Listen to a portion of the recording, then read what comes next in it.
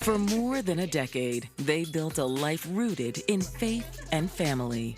She was a smart woman. She loved her kids. She was family-oriented. He was so charismatic. He also was a man of faith. But God said we got to clean your filth. But in a split second, their future was torn away in an act of violence. I need somebody here, please. I need somebody here. Oh, Jesus. It was unbelievable what happened. It seemed not even like a nightmare. It wasn't real. Imagine having two fully involved relationships for 10 years. Double life. That's a double life. Did betrayal lead to a desperate plot? She wanted him all to herself. Or was there a hidden serpent lurking in the garden? The story starts to unravel. When everything is said and done, people always know the truth. Everything was a lie from the very beginning. Just to see that many people being manipulated at one time, it's just evil.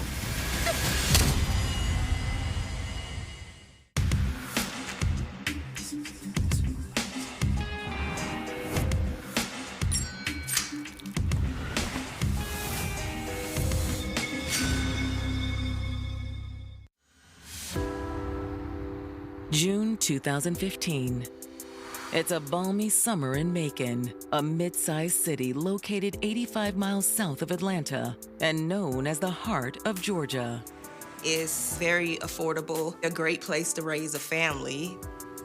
It's not too country, it's not too city. I think it's the perfect blend. But just after midnight on June 12th, the quiet city is jolted by an urgent call to the Bibb County Sheriff's Office from local pastor William Pounds. We'll see the emergency. Ma'am, my girlfriend, she shot herself in the head. I need an ambulance, please. I need somebody here. Yes, sir. I can get him en route for you, okay? But I need you to try to calm down for me. Oh, Jesus. On the 911 call, William is panicking and Kendra is in dire need of medical attention. She's not breathing. Okay. She's She's not breathing. I'm gonna try to do CPR on her. Okay. All right. 1, 2, 3, 4, 2, 4, 3, 1, 4, 2, 5, 3, 6, 4, 7, 1, 8, 2, 9, 3. As William fights to keep Kendra alive, first responders race to the scene. Every second is critical. As the minutes tick by, Kendra's chances of survival grow dimmer. For as long as anyone could remember, 46-year-old Kendra Jackson had been a beacon of light in her community. Kendra was a sweetheart. When she showed up, she brought the sun with her. People loved her. They say that she was a good mix of sassy and classy. When you say classy, you say Kendra. You just knew she was gonna look her best, speak her best, present her best at all times. The daughter of a reverend, Kendra was raised in a devoutly religious household alongside her 3 siblings. Growing up in a Christian home, especially when your parents are involved in preaching, it can have a big influence on you, and there's a lot of pressure to always do your best. That kind of defined her trajectory in life. And nothing in Kendra's life was more important to her than motherhood. Kendra got married at a young age. Her and her husband had 3 kids. But the relationship between Ms. Jackson and her husband was not as strong as they had hoped, and they ended up growing apart and divorced. In the years following the divorce, Kendra worked hard to give her children a good upbringing. Okay, great. She was very loving towards her kids. Her kids were the priority. I'll take care of that for you. She was able to eventually find a good job as a personal banker. She had a part-time job working in a jewelry store. I'm like, girl, why are you working 2 jobs? Because she was trying to take care of people. You're a little busy, girl. If anyone could handle the stress of motherhood and work, it was Kendra. Taken care of. We call her Michelle Obama. Like if she was having a bad day, she would have the classiest bad day ever. She was always in mama mode and let me make it better for you mode. Kendra was the total package. So it seemed only a matter of time before a new suitor came knocking. She's maintained her faith that God will provide her a good man. Can I help you? Yes, I have some questions about my bank account there. Okay, let me take a look. William Pounds was a prominent preacher, and he was also a senior master sergeant in the Air Force. If he was to walk in, he would immediately grab your attention. He's a good-looking man. He was always well-dressed, well-mannered. The two of them quickly hit it off. I hate to be forward, but you mind joining me for dinner on Friday? I'd like that. He had, a great resume.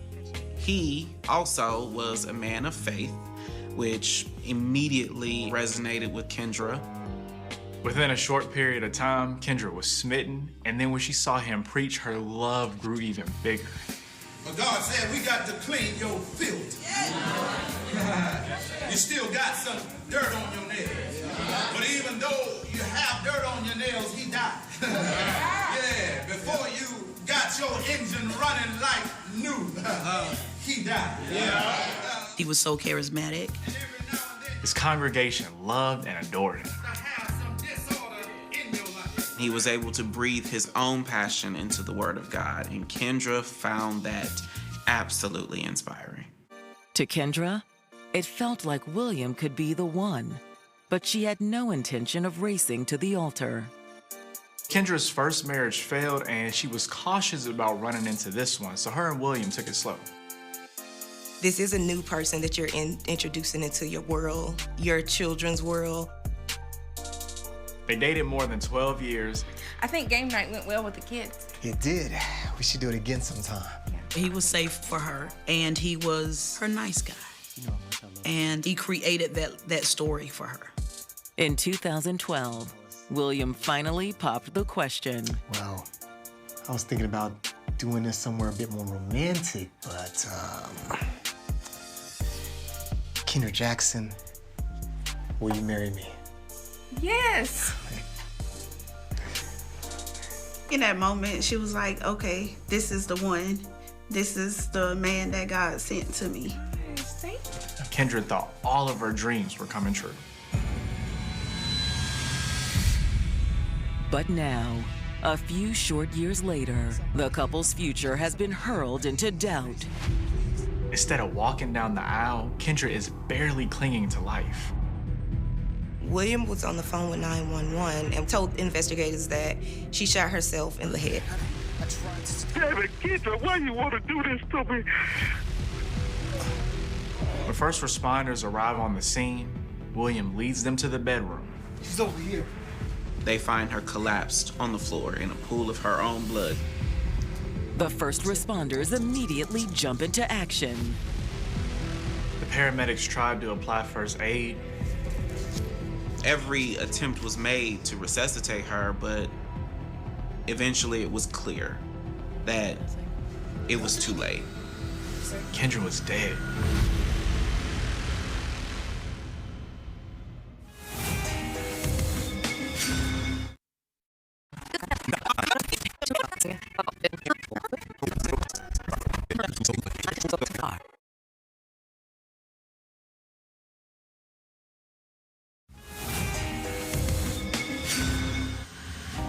For more than a decade, Macon pastor William Pounds had been Kendra Jackson's rock. William was her handsome knight in shining armor. He was charismatic. He said all the right things.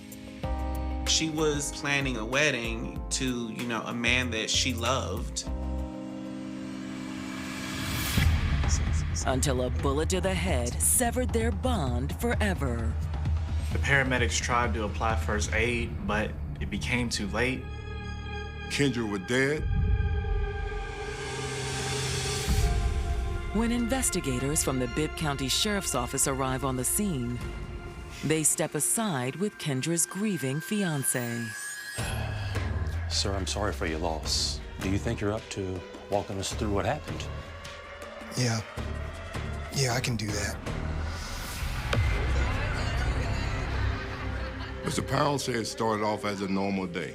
Him and Kendra and the kids had spent quality time together. They all had dinner together, and then Kendra drove the kids over to their father's house. Hurry back. Kendra returned to the home around 10 p.m. She came back. Him and her got into bed. They are watching a basketball game and starting to discuss some of the details of their relationship. Kendra started pressing him on a date for their marriage. You know, we've been engaged for a while now. I think it's time that we should start planning the wedding. She wants her wedding because the whole world around her and William's relationship expects this to happen. Because that is the Christian thing to do. He told her that he wasn't ready to get married, and she didn't respond well to that. What do you mean you're not ready? We've been together for like 15 years. He really loved Kendra, but after so many years, he had felt the relationship had run its course. William tells investigators that when he broached the subject of ending their relationship, Kendra started to spiral. All the years that she has invested in their relationship, she feels like she had wasted her time. Kendra, calm down. We can talk. Don't tell me to calm down! He says that she flew into a rage. Kendra grabbed the handgun off the dresser drawer. And he thought that she would shoot him. But instead, Kendra turned the gun on herself.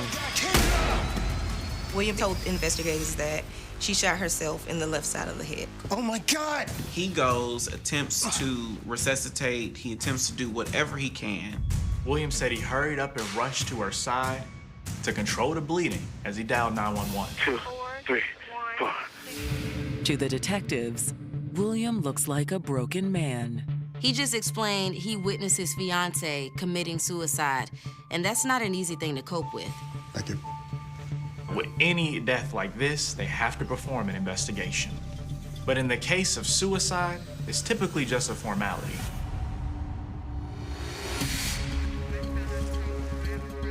The crime scene has the appearance of a suicide.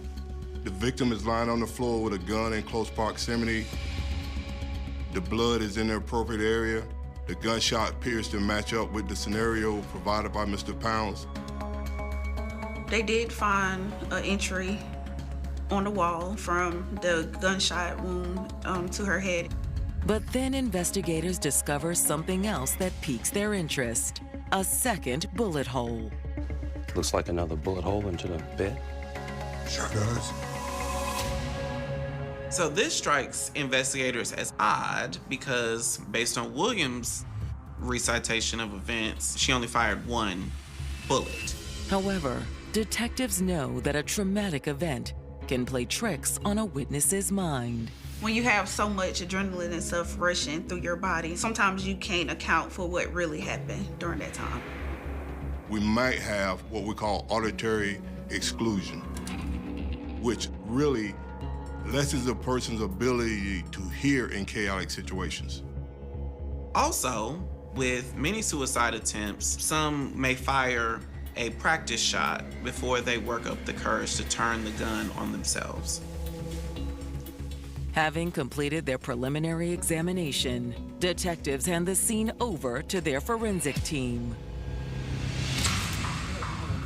Now, Bibb County investigators have to face the difficult decision of notifying Kendra's loved ones. Kendra's teenage daughters are with their father. The children, her ex-husband, are all shocked that Kendra had taken her own life. Suicide? Are you sure? It was disbelief, because there was no prior indication that Kendra would be susceptible to committing suicide. There has to be another explanation. Our mom would never hurt herself. The family did not believe that suicide was the cause of her death. They're convinced there has to be more to this story. Something's not right with it. And your gut is always right.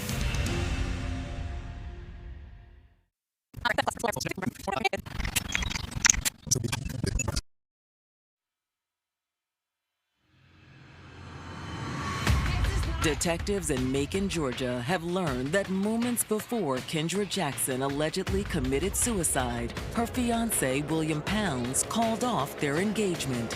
He was starting to have some second thoughts about the future of them as a couple.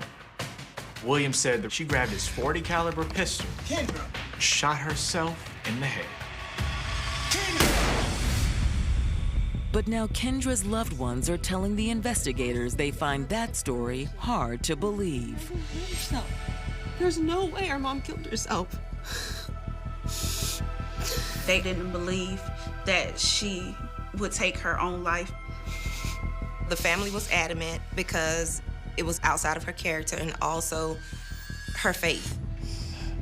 What about warning signs? Did your mom seem depressed lately? No, not at all. Amen. Kendra's daughters tell investigators they spent the previous day with their mother and William. They said they didn't feel anything out of the ordinary. And there was even cause to celebrate because Kendra's youngest daughter had just landed a new job. They had dinner together to celebrate, and then she dropped them off to their father's house to spend the night.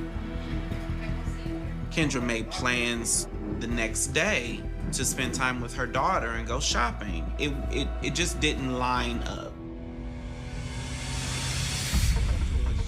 Kendra's daughters also echo what William said in his statement. The couple wasn't in agreement about their impending wedding. He just kept pushing back the wedding.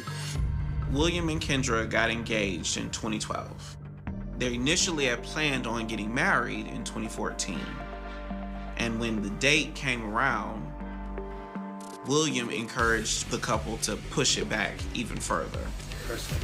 Mr. Pound's explanation for the delay was financial issues. The couple bickered about it. They had, small discussions.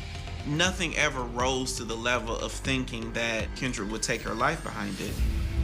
By the end of the interview, investigators consider that Kendra Jackson's death may not be an open and shut case. The fact that her loved ones, the people closest to Kendra, were so adamant that this could not be, that leads investigators to reassess the facts. Could there be more to the story? When detectives receive the results of Kendra's autopsy, even more questions rise to the surface. Mr. Pounds told detectives that Kendra shot herself in the left side of the head. Well, the autopsy clearly disputed that. The evidence showed that she had shot herself in the right side. Of course, adrenaline was running high. So maybe that was an explanation. However, like the earlier finding that not one, but 2 bullets were fired inside the couple's bedroom, it's another inconsistency in William's version of events. Had the chaos played tricks on William's memory, or is the story not adding up? Police ask William to come into the station for a follow-up interview. Appreciate you coming in on short notice. Of course. Anything I can do to help. William was cooperative and he seemed willing to assist in the investigation. The night Kendra shot herself, tell me again what you saw. He tells them again about their argument and how she got up and grabbed the gun from their dresser drawer. She got up. William just concretely says she shot herself on the left side of her head. Now, the investigators know from coroner evidence that that is not true. At that point, Mr. Pound's story starts to unravel. Your version of events doesn't line up with the evidence. There were 2 shots fired in that bedroom. Well, I only remember 1 shot. Did you alter the scene in any way? No. That's when investigators asked William a point-blank question. Did you shoot Kendra? Absolutely not. Despite the inconsistencies in his story, William maintains that Kendra's death was a suicide. But before investigators end the interview, he drops a bombshell. And he tells police officers that he was in another relationship. Because I'm engaged. He was engaged to someone else, as well as Kendra.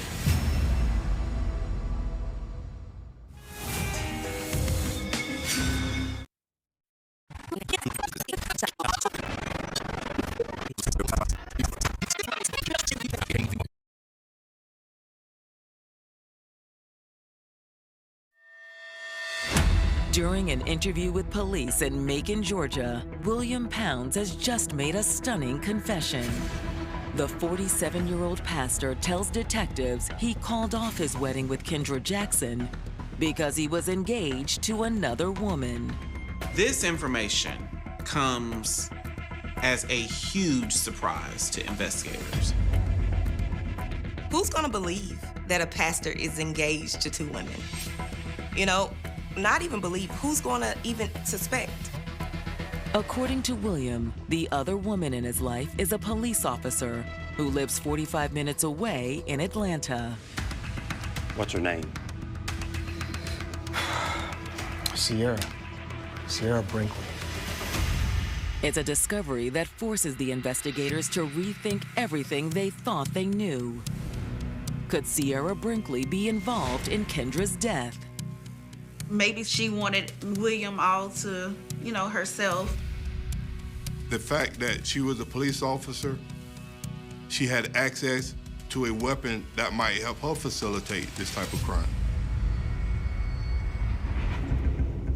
Sierra agrees to drive down from Atlanta to meet detectives at the Macon Police Department for an interview. She confirms that yes, she and William, they are engaged. She reveals to detectives that they had actually been together for over 10 years. You said 10 years? That's right. I mean, that was like wow. Double life. That's my first thoughts. That's a double life. Imagine having two fully involved relationships happening an hour away from each other for 10 years. The level of coordination, the level of secrecy that you must maintain. You're trying to satisfy two people. You're trying to take care of two homes. As an investigator, when it comes to Sierra, we want to look, when did she become aware that Kendra existed? Where was she at the time this incident happened? According to Sierra, Kendra's existence was no secret. What William had told Sierra is that Kendra was an ex, that they had been broken up, separated for years. I thought that was the truth up until a few weeks ago. One day, Sierra decided to drive down to Macon and surprise William at his house. When Sierra popped up at William's house unannounced, Kendra's there. Sierra asked her, what are you doing here? What do you mean, what am I doing here? Who the hell are you? Kendra held up her finger with a wedding ring on it and said that they was engaged to get married. So what did you do next? I confronted William. Wait, no. Go upstairs. I'll handle this. Go upstairs. William, what is going on? Let me explain. William promises to Sierra that things are over with Kendra. Look, she just came over to pick up some stuff. Our relationship, it's over. Come on. Don't give me that look. You're my only girl and my soon-to-be wife. Okay? He says they can start preparing for their marriage by going to premarital counseling, hopefully to resolve some of the issues around honesty and fidelity. And you agreed to go to counseling? Yes, I did.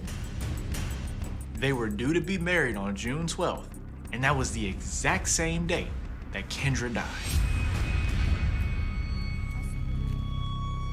But as investigators know, instead of walking down the aisle with Sierra, William spent that evening with Kendra. When she found out that William hadn't ended things with Kendra, Sierra could have flown into a jealous rage. Did you do it and now William is covering up for you? When investigators pose that question to Sierra, she immediately denies any involvement in Kendra's death.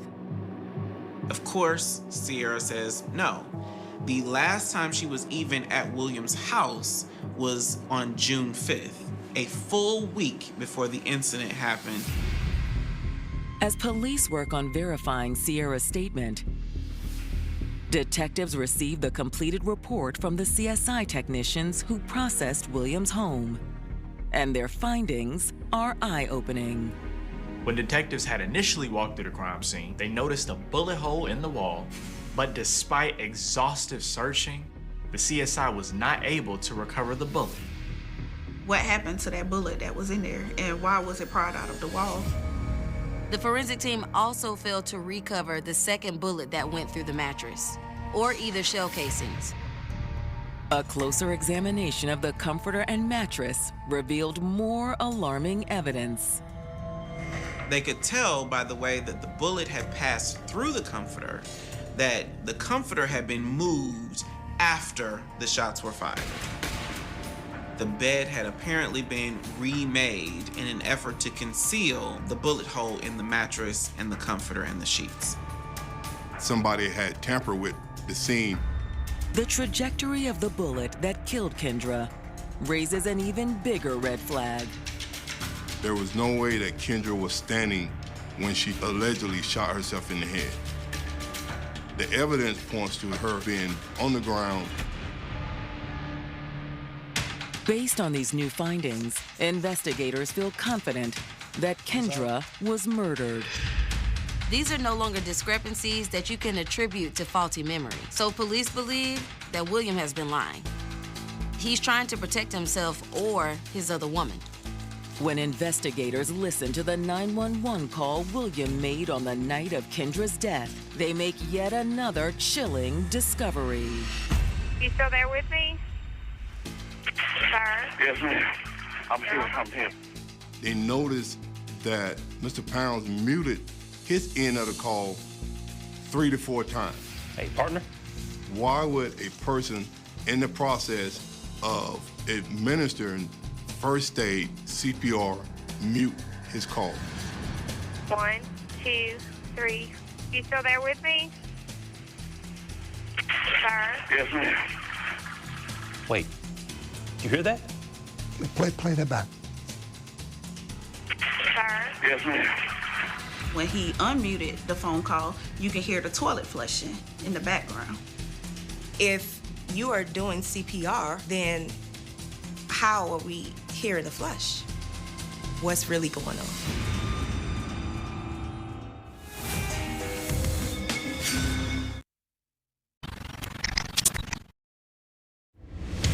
As Macon investigators listen to the 911 call local pastor William Pounds made on the night he alleges his fiancée Kendra Jackson committed suicide, they notice a curious noise in the background. You still there with me? Sir? Yes, ma'am. You can hear the toilet flushing in the background. They suspected that toilet flushing noise could actually be William flushing down the bullet and the shell casings. When detectives follow up with the paramedics who responded that night, they poke even more holes in William's story. William told 911 operators that he performed CPR on Kendra before first responders arrived. But first responders, they said there was no sign of blood on William's clothes, except for a couple tiny specks on his pants. With the amount of blood on the scene, his hands and his lower shirt should have been covered in blood. The first responders go on to say that William told them something else in those first frantic minutes. Their story they got from Mr. Pounds was different than the story that Mr. Pounds told the detective. He said that he was downstairs, and then he heard the gunshot go off upstairs, and then that's when he ran upstairs. William told them that he had to kick the door in order to get to Kendra. There was no evidence that the door had been kicked in at all. As red flags pile up, detectives also start to hear from Kendra's closest confidants. They all agree that her decade-plus relationship with William was nothing short of a roller coaster. Kendra's friends explained to investigators that William was not this perfect fiance, perfect man. William was a liar, he was a manipulator. He knew he was good looking and he had the gift of gab. I think he felt as though that was a calling card for him to get into any door he wanted to. She had caught him cheating on multiple occasions. Who is this? Kendra. Who is she? Phone. Who is this? Stop. What are you doing? I'm sorry, okay? You know how much I love you. It won't happen again. To their dismay, friends say Kendra stayed with William despite his philandering behavior. Even when she knew it was broken, she loved enough to be able, I can put it back together, I can fix it. She really believed that. Jesus reminds us to forgive.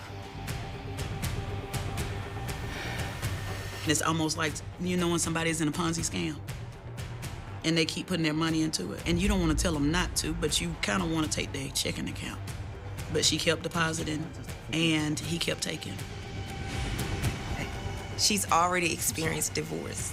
So maybe Kendra was thinking, I don't want to start over. Friends say the couple's engagement offered Kendra a fleeting moment of happiness. She was proud of her ring, but I think that's all she had, was that ring. It was a shallow happiness. They would discuss a wedding date, and he would move it or come up with some type of excuse. Anything that he said was a lie. All of it was a lie. And every day it was killing her.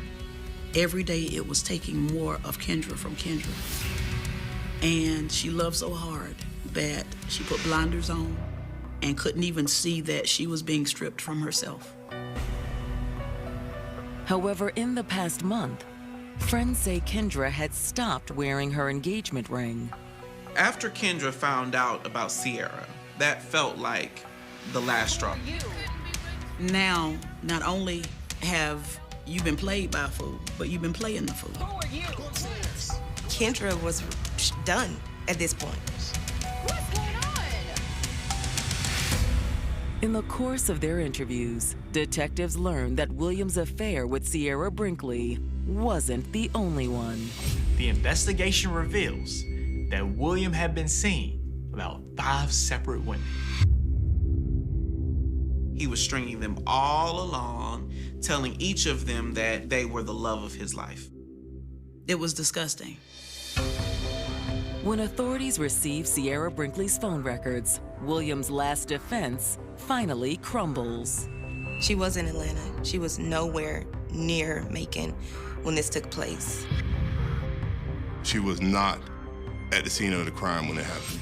On August 21st, 2015, Bibb County Sheriff's investigators charged William Pounds with malice murder, felony murder, and aggravated assault. William was arrested for Kendra's murder, and he was calm and maintained his innocence. The family finally has this moment where they can breathe and they have a sense of relief. But that feeling of relief doesn't last long. His bond was $500,000. That's a lot. But he reached out to his congregation. On September 15th, at William's bond hearing, his congregation shows up and rallies around him. Pastors in the faith community are revered because they are delivering the word of God every week. People truly believe they are instruments of the divine. And so the initial reaction for a lot of people is denial. They was like, no, he didn't do this. And they went ahead and bonded him out. Within weeks of his arrest, William is back on the street as a free man. For Kendra's loved ones, it's an ominous sign of things to come. It just goes to show just how powerful he is.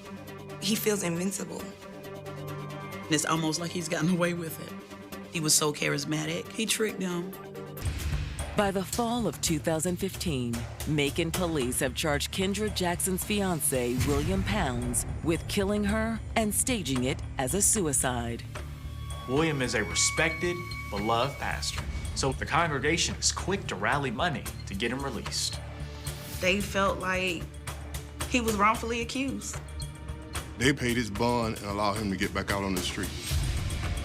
Backed by a devoted flock of believers, prosecutors feel that William's conviction is no sure thing. It can be hard to overcome a defendant's image, especially when someone is seen upright and moral.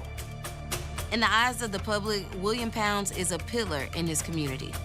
And so it's gonna be difficult to convince a jury that he's actually a liar, cheater, and a murderer. But as the trial date approaches, prosecutors receive a helping hand from an unexpected source: William himself. As a condition of his bond, Mr. Pounds had to wear an ankle monitor so his whereabouts could be monitored. He had restrictions.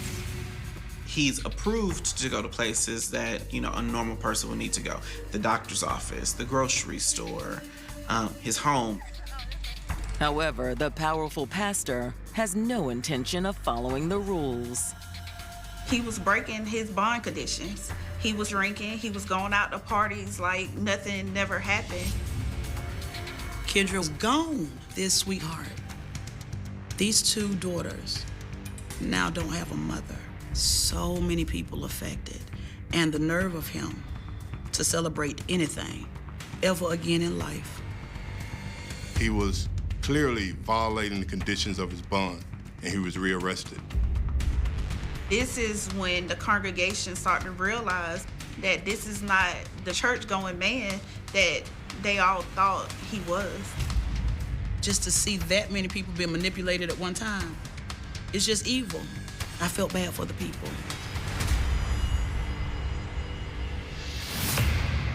When William's trial begins in October 2017, he still remains confident that his pious image will carry him through to a not guilty verdict.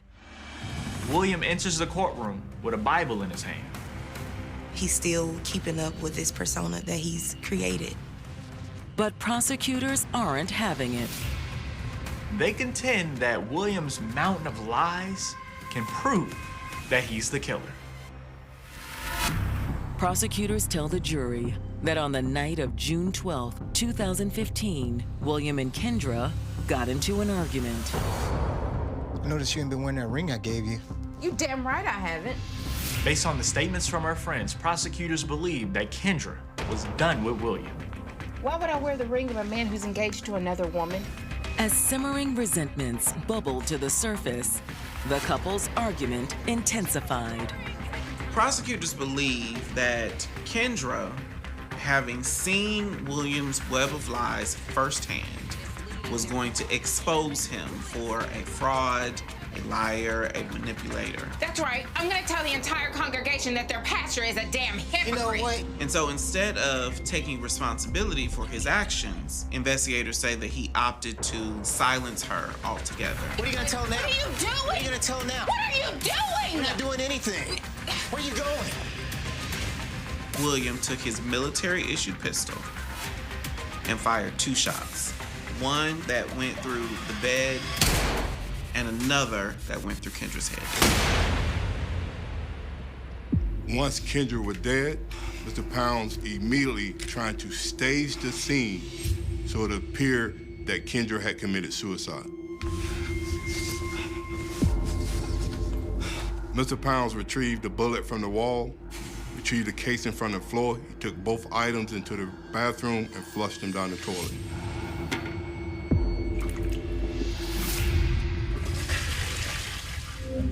Once the jury retires to deliberate, it doesn't take them long to return with their verdict. William Pounds was found guilty of malice murder, felony murder, and aggravated assault. William was sentenced to life without the possibility of parole. It's a victory for the dedicated investigators who worked tirelessly to bring William to justice. But for Kendra's loved ones, the conviction falls short of healing their wounds.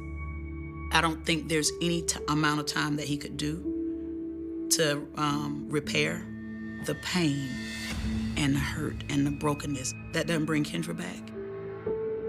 It takes a unique kind of manipulator to prey on so many women.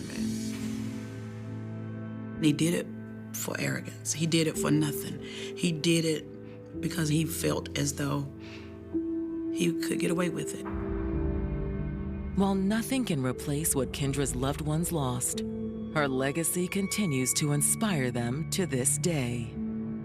Kendra taught me that regardless of what happens, you hold your head high.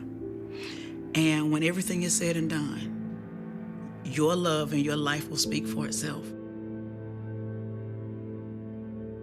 Nobody paid attention to the old man walking quietly down the driveway that morning.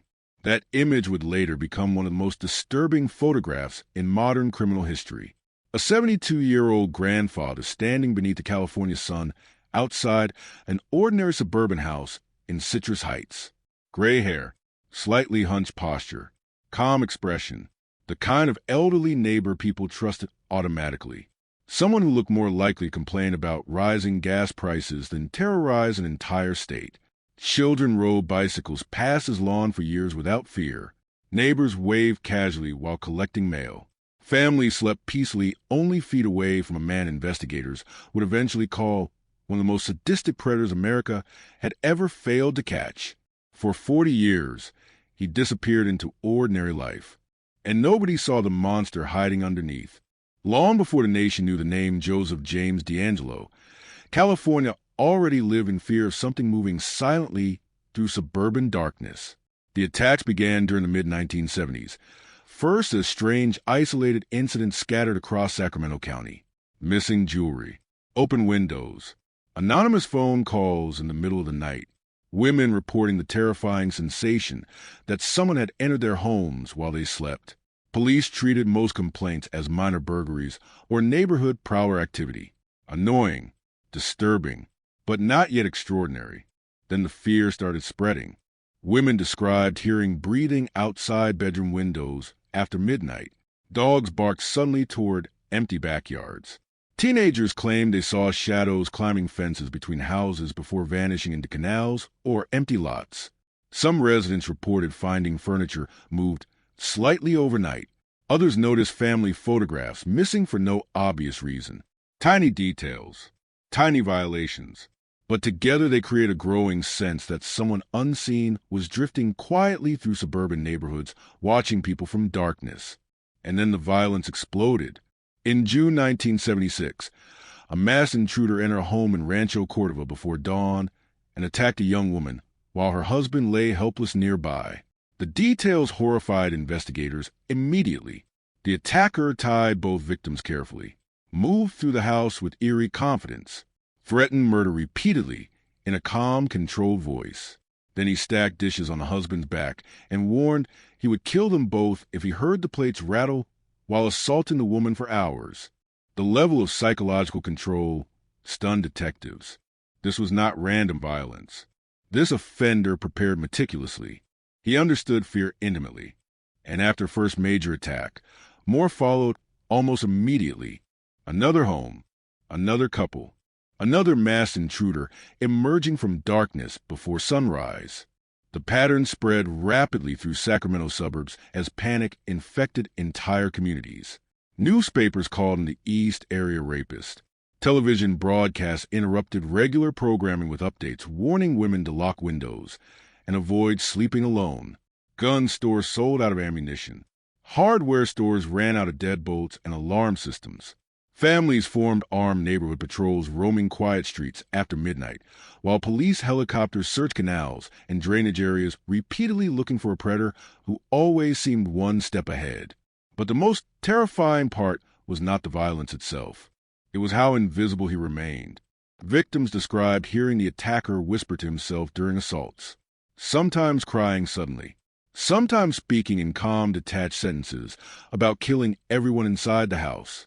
Other times, he simply stood silently in bedrooms watching victims panic, while he controlled every movement around them. He often stayed inside homes for hours after attacks, eating food from kitchens, drinking beer quietly, looking through drawers and photo albums while victims lay tied up nearby. It felt personal, intimate, Like the intruder enjoyed invading lives more than stealing valuables. And slowly investigators realized something horrifying. The East Area rapist stalked victims long before attacks occurred. Witnesses reported suspicious men lurking near schools, grocery stores, and suburban parks days or weeks before assaults. Women later remembered seeing unfamiliar cars parked repeatedly near homes before being targeted. Some victims even described noticing strange men watching quietly from a distance during ordinary errands, only understanding the significance much later after surviving attacks. The predator hunted patiently. That changed everything, because suddenly every ordinary stranger became suspicious. Every parked vehicle after dark, every unknown face near schools or jogging trails. Fear consumed suburban California throughout the late 1970s while the attacker continued adapting faster than law enforcement could respond. Then investigators uncovered another disturbing possibility. The predator might possess military or police training. The attacks showed tactical discipline difficult to explain otherwise.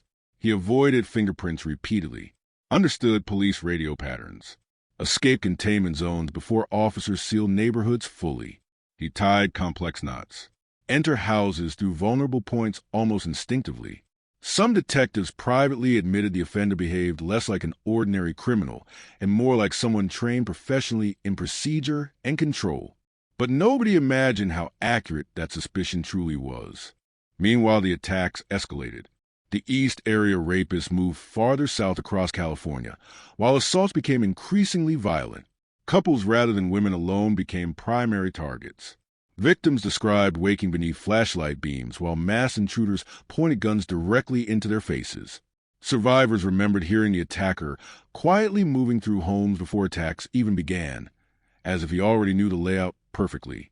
Then the murders started. In February 1978, Brian and Katie Majori were shot to death while walking their dog near Sacramento after apparently stumbling across the predator unexpectedly. The killings shocked investigators because they represented something new: escalation. The offender no longer seemed satisfied, controlling victims psychologically through assault alone. Violence was deepening. Soon, Southern California detectives investigating a series of brutal home invasion murders noticed chilling similarities to the East Area rapist attacks hundreds of miles north. Couples attacked during the night. Victims bound carefully.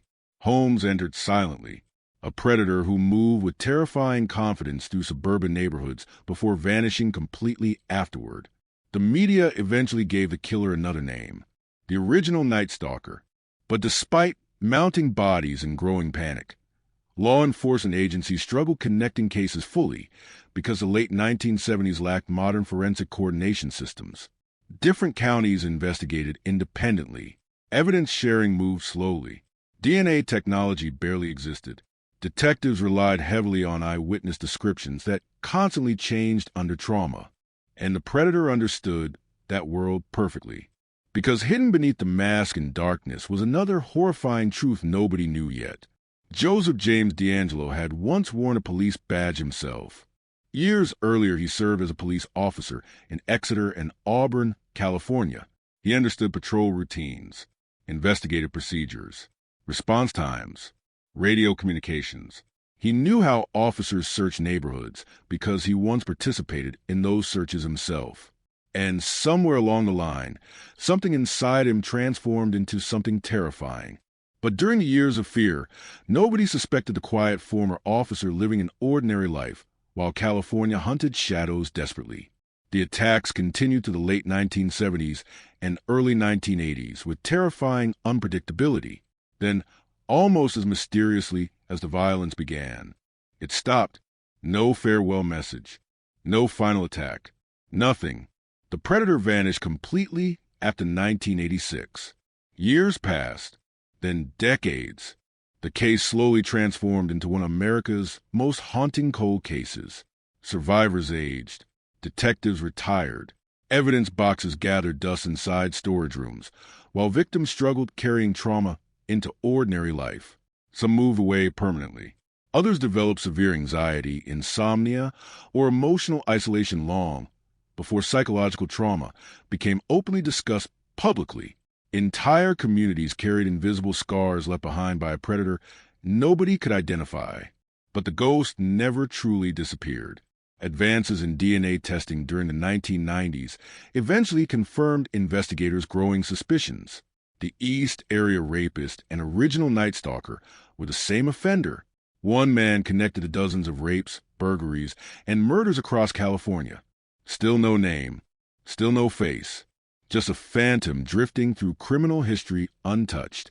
Until one revolutionary forensic breakthrough changed everything. Genetic genealogy. Investigators uploaded crime scene DNA into public ancestry databases, searching not for exact suspects, but distant family connections. The idea sounded almost impossible at first. Instead of catching criminals directly through fingerprints or existing police databases, detectives could identify relatives unknowingly connected through genealogy websites designed for ordinary people researching family history. And suddenly, the invisible predator started becoming visible. A partial DNA match led investigators toward extended family trees branching across generations. Detectives spent months narrowing possibilities carefully until one name emerged repeatedly from the evidence. Joseph James D'Angelo, former police officer, Vietnam veteran, grandfather, quiet suburban neighbor. The realization stunned investigators who spent careers chasing the ghost haunting California for 40 years. Surveillance teams moved immediately. Detectives watched the elderly man outside his Citrus Heights home while secretly collecting discarded DNA from trash connected to him. Then came the final confirmation. The DNA matched perfectly.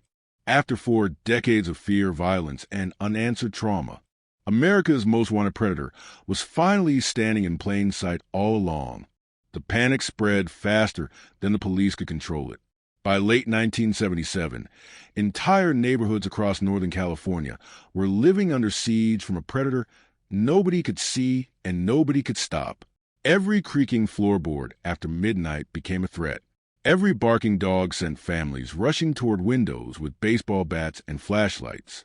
Women slept with knives hidden beneath pillows. Husbands stayed awake through the night gripping loaded revolvers while staring toward dark hallways, terrified the East Area Rapist might already be inside the house watching them breathe. And sometimes, the attacks became more frequent, more calculated, more psychologically devastating with every passing month. Detectives studying crime scenes noticed patterns so disturbing they began changing how law enforcement understood serial predators entirely. This offender did not simply break into homes. He rehearsed them. He studied neighborhoods weeks in advance.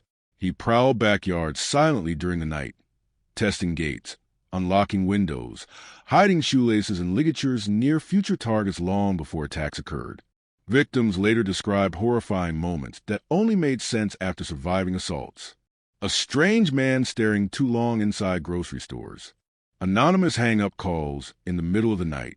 Footprints near bedroom windows. Missing items nobody noticed immediately.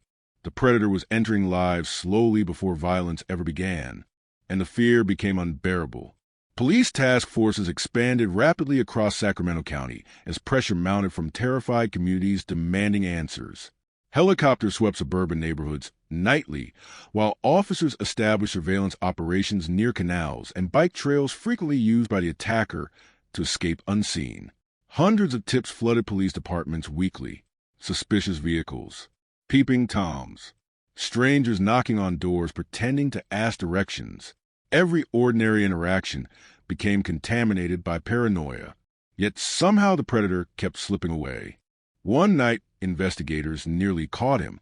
After another brutal assault in Stockton, patrol officers flooded surrounding streets within minutes, while helicopters searched from above. Witnesses reported seeing a man running through backyards near a drainage canal. Officers closed roads quickly. 9 units tracked footprints through muddy fields.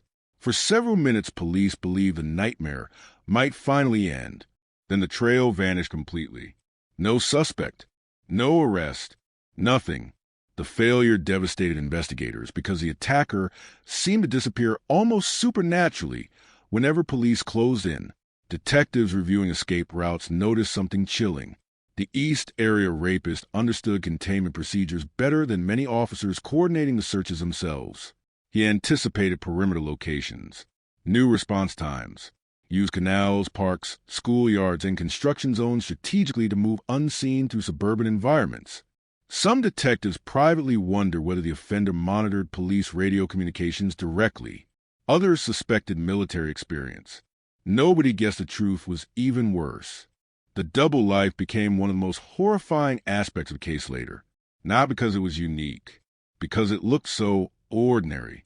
Meanwhile, survivors struggled carrying trauma few people truly understood during the late 1970s.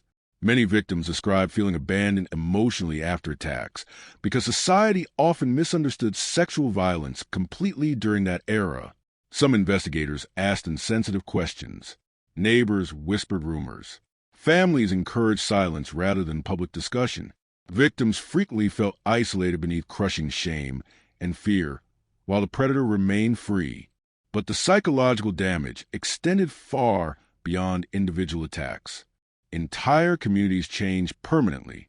Parents stopped allowing children outside alone after sunset. Couples installed floodlights and alarm systems across quiet suburbs once considered safe. Gun ownership surged dramatically in affected neighborhoods. Local businesses advertised self-defense classes specifically for women terrified by nightly news reports describing another home invasion, another assault, another family shattered before dawn. And through all of it, the predator evolved. Investigators noticed subtle behavioral changes over time. Early attacks showed nervousness occasionally. The offender whispered frantically, panicked unexpectedly at noises outside houses. But later assaults revealed growing confidence. Greater control. He stayed longer inside homes, spoke more calmly, moved with terrifying certainty through victims' private spaces, as though convinced nobody could stop him anymore. That confidence soon turned deadly. In February 1978, Brian and Katie Majori walked their dog through a Sacramento neighborhood on an ordinary evening when they likely encountered something horrifying unexpectedly. Witnesses later reported hearing gunshots echo through the area before discovering the young couple murdered near a residential fence line. Detectives believe the Majoris accidentally interrupted the East area rapist while he prowled nearby searching for another victim. The realization chilled investigators instantly. The predator was no longer merely assaulting victims during carefully controlled invasions. Now he was willing to kill suddenly to protect himself. The escalation intensified pressure on law enforcement dramatically.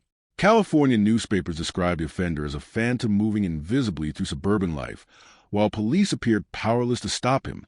Television anchors warned viewers nightly about locking windows and reporting suspicious activity immediately. Rumors spread constantly. Some communities believed multiple offenders operated together because one man seemed incapable of committing so many crimes while remaining uncaptured. But it was one man, always one man, and Joseph D'Angelo continued learning from every successful attack. Investigators eventually discovered the predator frequently telephoned victims months or even years after assaults ended. Survivors answered phones late at night, only to hear heavy breathing, before whispered threats returned them instantly to moments of terror they desperately tried forgetting. Some women changed addresses repeatedly, trying to escape fear psychologically, only for anonymous calls to begin again later. The predator wanted permanent control, even after attacks ended physically. That psychological warfare became his signature. Then, as the years passed, the violence spread south. Southern California investigators began connecting a horrifying series of murders involving bound couples attacked inside homes during nighttime invasions. Victims were bludgeoned savagely. Houses showed signs of meticulous planning and surveillance beforehand. Detectives noticed similarities impossible to ignore. The same tactical movement, the same obsession with domination and fear, the same careful escape methods, leaving almost no forensic evidence behind. The East area rapist had transformed. Now newspapers called him the original Night Stalker, and still nobody knew his identity. One detective later described the investigation as hunting smoke with flashlights. That was how impossible the predator seemed during those years. He appeared suddenly, destroyed lives, then vanished completely before dawn, while terrified communities begged for answers law enforcement could not provide. Meanwhile, D'Angelo's personal life continued evolving quietly. He married, raised children, attended family gatherings. Neighbors described him afterward as moody sometimes, angry occasionally, but never monstrous, never unforgettable. Just another suburban husband growing older beneath California sunlight, while buried beneath ordinary routine, lived one of America's most elusive serial predators. That contradiction would later horrify the country more than almost anything else. Because evil was not hiding in abandoned warehouses or dark alleyways. It was mowing the lawn next door.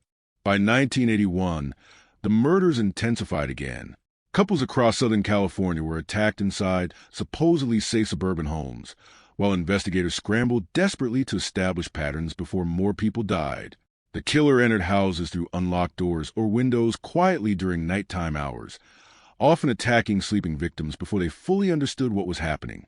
One surviving witness described hearing footsteps moving calmly through the house before violence erupted. Another remembered the killer standing silently beside the bed, watching them for several seconds before speaking. That detail haunted investigators deeply. The predator enjoyed anticipation, enjoyed control, enjoyed the terror before violence itself.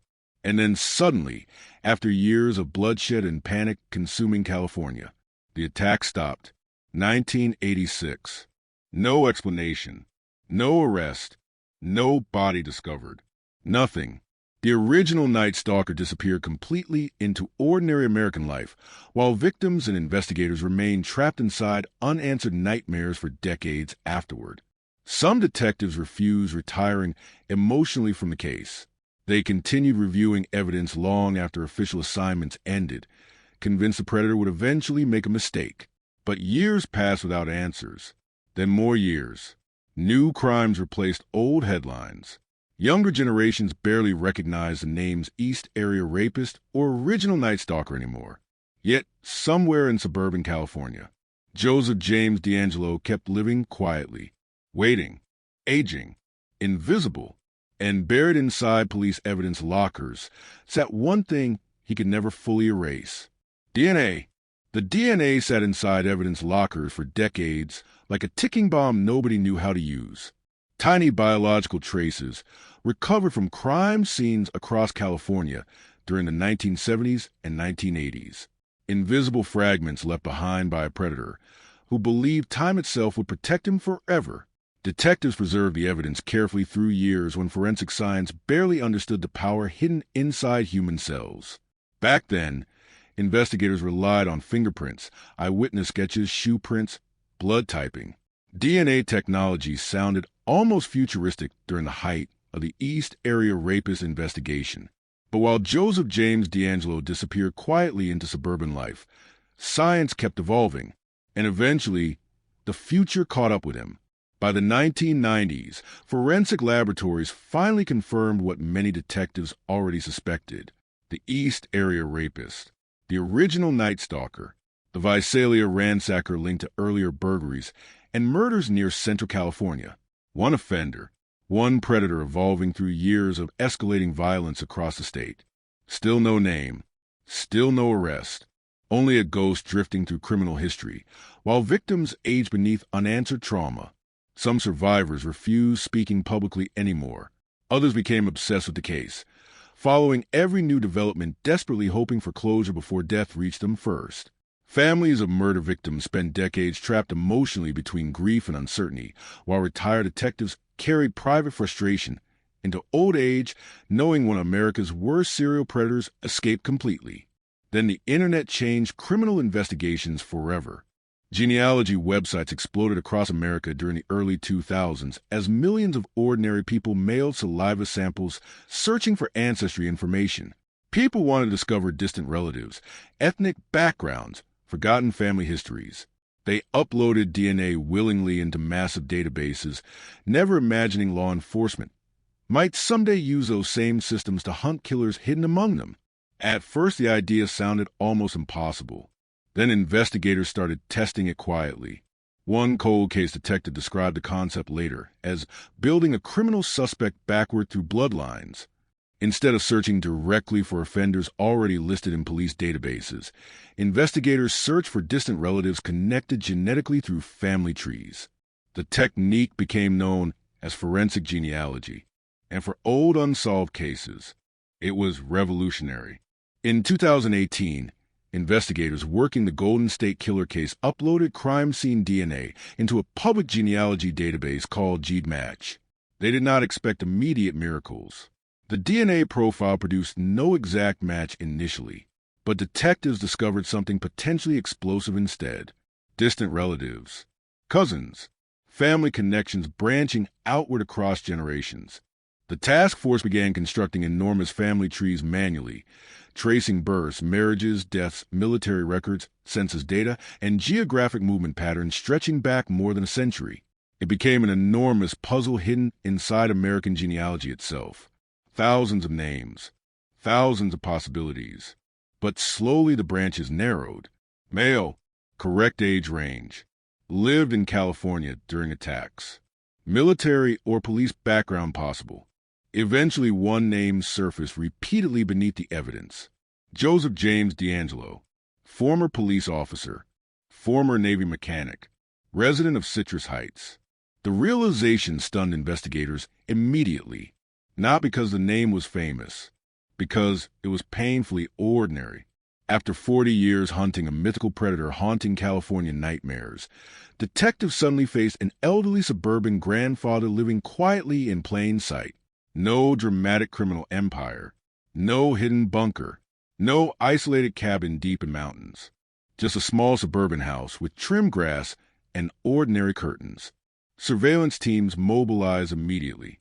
Investigators watched D'Angelo constantly while trying desperately to avoid alerting him before final DNA confirmation. Detectives followed him through grocery stores, parking lots, sidewalks, restaurants. They observed him loading groceries into vehicles and walking calmly through suburban neighborhoods while carrying one of the darkest secrets in modern criminal history. Some investigators later admitted the experience felt surreal. The Golden State Killer looked normal. That was the terrifying part. One detective watched D'Angelo talking casually with neighbors beneath afternoon sunlight and reportedly whispered, "How many times have we walked past monsters without realizing it?" Meanwhile, the task force prepared carefully for the final step. They needed discarded DNA, something D'Angelo touched and abandoned publicly without realizing investigators were watching. The opportunity came quickly. Surveillance officers recovered items discarded from D'Angelo's trash outside the home quietly during nighttime collection operations. Forensic teams rushed the samples into laboratories while detectives waited through unbearable hours knowing history might be seconds away from changing forever. Then the result arrived. Perfect match. After 4 decades of fear, rape, murder, and unanswered trauma, the ghost finally had a name. The arrest operation launched before sunrise on April 24th, 2018. Police vehicles surrounded the Citrus Heights neighborhood silently while tactical officers prepared outside D'Angelo's suburban house. Investigators feared the former police officer might react violently if cornered. After all, this was a man who spent decades escaping capture while terrorizing entire communities, a predator known for tactical awareness and control. But when officers confronted him, the monster looked old, fragile, confused almost. Neighbors emerged from home stunned as police arrested the elderly man, living quietly among them for years. News helicopters circled overhead, while national media exploded instantly with breaking headlines announcing the unimaginable. The Golden State Killer had been caught, and he was 72 years old. The reaction across America felt almost surreal. Survivors cried openly during interviews after spending lifetimes believing justice would never arrive. Retired detectives who dedicated careers chasing the killer broke down emotionally before cameras. Families of murder victims gathered around televisions, unable to process the reality that the predator haunting California for 40 years had finally been identified. But perhaps nobody experienced greater shock than the neighbors living beside Joseph D'Angelo himself. He mowed the lawn every week, one resident told reporters. Another described him as quiet but harmless, a grandfather, an ordinary older man. That contradiction terrified people nationally because it shattered comforting assumptions about evil itself. Society wants monsters to appear monstrous. Dangerous people should look dangerous. predator should stand out clearly before violence begins. Joseph D'Angelo proved the opposite. The Golden State Killer survived for decades precisely because he looked forgettable. Then investigators searched his house. The details emerging afterward only deepened the horror. Firearms, old maps, evidence connected psychologically to crimes. Detectives also uncovered signs suggesting D'Angelo followed developments in the investigation obsessively for years. He reportedly searched online articles discussing the Golden State Killer case and understood modern forensic advances, threatening exposure eventually. One chilling discovery emerged later from jail, recordings secretly captured after his arrest. D'Angelo sat alone inside his cell, whispering to himself. "I pushed him out," he muttered softly. "I pushed Jerry out." Investigators believe Jerry referred to an alternate personality or internal identity connected to crimes. Whether genuine psychological fragmentation or manipulative performance remained debated heavily afterward. But the recordings disturbed profilers deeply because the predator appeared almost haunted by the violence buried inside him for decades. Yet survivors cared less about psychological explanations than accountability. For 40 years, they carried invisible scars while the man responsible attended birthdays, family dinners, and suburban neighborhood gatherings unnoticed. Some victims spoke publicly for the first time after the arrest. Women now elderly described waking decades earlier beneath flashlight beams, while believing they would die before sunrise. Husbands recalled helpless terror listening to whispered threats while tied beside loved ones. Families describe how trauma poisoned entire lives long after physical injuries healed. And all of them asked the same question repeatedly. How did he hide for so long? The answer was terrifyingly simple. Because Joseph James D'Angelo understood trust better than most ordinary people ever would. He understood neighborhoods, routine, normalcy. He knew fear disappears quickest when danger looks familiar. That understanding became his camouflage. And for 40 years, it worked perfectly. The arrest did not end the nightmare. In many ways, it reopened it. For decades, survivors of the Golden State Killer buried memories beneath ordinary life because they believed the predator would never be caught. Some stopped following the case entirely just to survive emotionally. Others convinced themselves the man responsible was probably dead already, hidden forever beneath anonymous graves or forgotten somewhere in America. But on April 24th, 2018, everything changed instantly. The ghost came back to life. Television screens across the country flooded with Joseph James D'Angelo's booking photograph, while reporters repeated the same horrifying details over and over again. Former police officer, Vietnam veteran, grandfather, neighbor, arrested for a series of crimes so brutal entire California communities once lived in fear of sleeping at night. And suddenly survivors were dragged backward through time. Phones rang nonstop inside trauma counseling centers after the arrest announcement. Women who spent 40 years trying to forget heard the killer's name publicly for the first time and collapsed emotionally. Some victims reportedly vomited after seeing his face on television.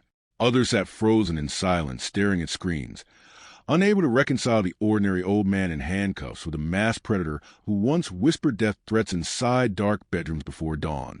One survivor later described the moment simply, "I realized he'd grown old while we stayed trapped in that night forever." That sentence spread everywhere after the arrest because it captured something deeply horrifying about the case. Joseph D'Angelo moved on with life. His victims never fully could. Meanwhile, investigators began reconstructing the hidden decades between the murders and the arrest, trying to understand how America's most wanted predator disappeared so completely into suburban normalcy. The picture emerging behind closed doors unsettled even veteran detectives. D'Angelo had not lived secretly. He lived openly. He attended family gatherings, worked ordinary jobs, argued with neighbors over small disputes, raised children, rode motorcycles, shopped in grocery stores, walked through parks.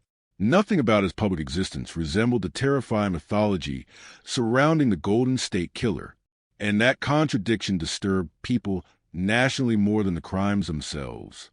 Because if evil could look that ordinary, what else was hiding unnoticed around them? Reporters flooded Citrus Heights immediately after the arrest, interviewing stunned neighbors who struggled processing the revelation. Some described D'Angelo as irritable or strange occasionally, but never dangerous. Others remembered him gardening quietly or sitting alone in garages listening to music. One neighbor admitted she often waved to him while walking her dog and later cried uncontrollably after learning the truth. "He looked like somebody's grandfather," she whispered during one interview. He was somebody's grandfather. That reality complicated the case emotionally in ways many Americans found difficult to understand. D'Angelo was not frozen in time as a faceless predator from old newspaper headlines. He aged, built relationships, created a family. The monster who terrorized California eventually became an elderly man arguing about lawn maintenance and shopping for groceries beside ordinary people. But beneath that suburban life, the darkness never disappeared. Investigators soon uncovered evidence suggesting D'Angelo followed developments in the Golden State killer investigation obsessively for years. Internet search records, articles, and witness accounts painted a picture of a man deeply aware that advances in forensic science threatened exposure eventually. Detectives believed he monitored public discussion surrounding DNA technology carefully, while understanding modern genealogy methods could someday identify him. That possibility haunted him, and perhaps for good reason, because by the time of his arrest, forensic genealogy was changing criminal investigations across America dramatically. Cold cases once considered unsolvable suddenly reopened nationwide, as detectives realized public ancestry databases created entirely new pathways toward hidden offenders. Families seeking genealogy information unknowingly helped investigators identify violent criminals who escaped justice for decades. The Golden State Killer became the most famous example, but not the last. Meanwhile, prosecutors faced another challenge entirely. How do you try crime spanning for decades while survivors age, witnesses disappear, and evidence stretches across multiple counties and jurisdictions? Some victims had died before the arrest ever happened. Retired detectives returned voluntarily to assist prosecutors preparing one of the most complex criminal cases in modern American history. And behind the scenes, investigators continued uncovering chilling details about Joseph D'Angelo himself. Former co-workers described explosive anger hidden beneath his quiet exterior. Neighbors recalled sudden screaming episodes inside the house late at night. One former police chief remembered firing D'Angelo from the Auburn Police Department years earlier after he was caught shoplifting dog repellent and a hammer from a hardware store in 1979. At the time, the incident seemed bizarre but minor. Later it felt terrifying, because the firing happened during the height of the East Area Rapist attacks. Investigators began wondering whether losing his police career intensified the violence psychologically. Some profilers believed humiliation and rage fueled later murders committed in Southern California after D'Angelo's dismissal from law enforcement. The timeline fit disturbingly well.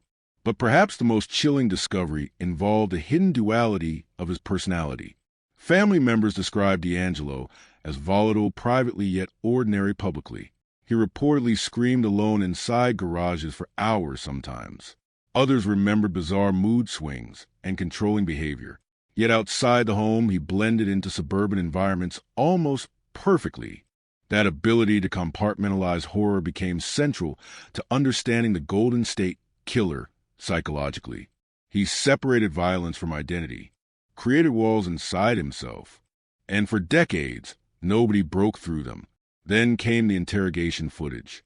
Investigators released limited details publicly, but law enforcement sources described D'Angelo behaving strangely after arrest, at times silent, at times confused, occasionally muttering to himself about another internal personality named Jerry. Some experts dismiss the behavior as manipulation designed to appear mentally unstable. Others believe decades of psychological fragmentation finally surfaced after capture destroyed the carefully controlled mask protecting him. Either way, one truth became unavoidable. The predator feared exposure long before the arrest happened, because after 40 years escaping justice, technology finally cornered him. Survivors, meanwhile, prepared emotionally for courtroom proceedings many never believed possible. Some rehearsed victim statements for months. Others refused attending entirely, unable to reopen wounds buried beneath decades of trauma.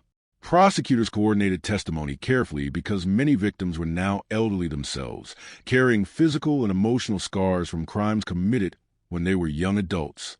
And through all of it, America watched obsessively. The Golden State Killer case became more than criminal history. It became symbolic of something deeper, a collision between old violence and modern science, a reminder that time no longer guaranteed protection for hidden predators. Investigators across the country suddenly reopened forgotten cold cases with renewed urgency, wondering which ghost might finally receive names through DNA genealogy next. But inside California courtrooms, the atmosphere felt far more personal.